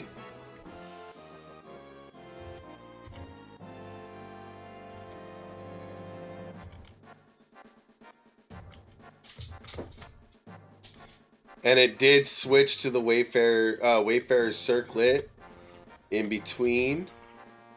And it did switch to the assimilator's Kef. So it worked perfectly. Nice. That is awesome. All of our code is currently fully working and operational. Okay. I'm going to, excuse me. I'm going to post this in its current form in our Discord. So I'm going to post the file in Discord with a list of required mods or add-ons that you need to run. So it'll be, you know, Gearswap and Azure sets. That's the only other one right now that you'll need. Okay. How did I miss a wild rabbit twice when I'm level 99? That is embarrassing. That's like crit fail right there. You rolled a -5. Wow. Oh. So let's get that posted into Discord for you guys. We're going to rename it too before we actually post it. I'm going to show you guys me posting it too. So this is going to go in our development programming section. Okay. And before we get too far into what we're doing here, add-ons. I'm going to change this to, I'm going to go to Gearswap. Alright, data. Alright, and we're going to create a copy of this. Paste. And this copy is going to be called demonstration. Okay. And we're just, will it let me drag and drop, I wonder? Nope. Of course not, because Discord hates me. It's my excuse for everything today. It hates me, man. It hates me. Alright, add-ons. Gearswap. Data. Demonstration. And then add-ons required. Gearswap. And Gearswap. What the hell is Gearswap? Gearswap. And Azure sets. Nice. And there you are. Those of you who are a part of our Discord can download that file. You can rename that to your character name _blue. Put that in the data file, data folder in your gear sets thing, and it will work. You're gonna need to modify it. As you've seen, you know, my gear sets aren't gonna be the same as yours. So the functions down here are pretty mundane, pretty standard. If you want to do stuff on zone load, you have a zone change function available to you to do that with. I've started a couple arrays to give you an idea of what you could do in there, or you can do whatever you want. You can also use an area check, because I believe there's a way to do world.area, like an if statement with world.area with cities. And there's a lot of stuff in here that is not blue, so it hates me so. Why does it hate you? I don't know. I did Discord. I did ! Discord. I might have done it wrong. I don't know. No, I think my bot is broken at the moment. I gotta fix it. So that's all the information you need. Like I mentioned, you can get rid of all of the if statements and make your own. You can modify them to fit what you need. If you're going to do weapon skill stuff, you always do that in here. I have an example of a weapon skill macro, not macro, but event. Okay, this, ignore that. Oops. But you've got that in there as well. And then here, these might be collapsed for you. They might not. So if they're collapsed, You can just uncollapse them, and then you can just paste your gear in there. And if you need any help getting your gear exported, like you need an export gear set, go to my YouTube channel. The first video of today's the Gearswap tutorial. You're going to want to see this. Part 1 is already up there. You go to part 1 and it brings you through all of that process and all of the basic functionality of Gearswap. Okay? With that being said, I think I'm going to cut off stream. Those of you who want to continue to hang out with me for a little while longer, you can do so in Discord. Just join the channel and I will see you there. For now and forever, the one thing I want you all to remember is that you are all legends here. Take care and keep it strange. Bye.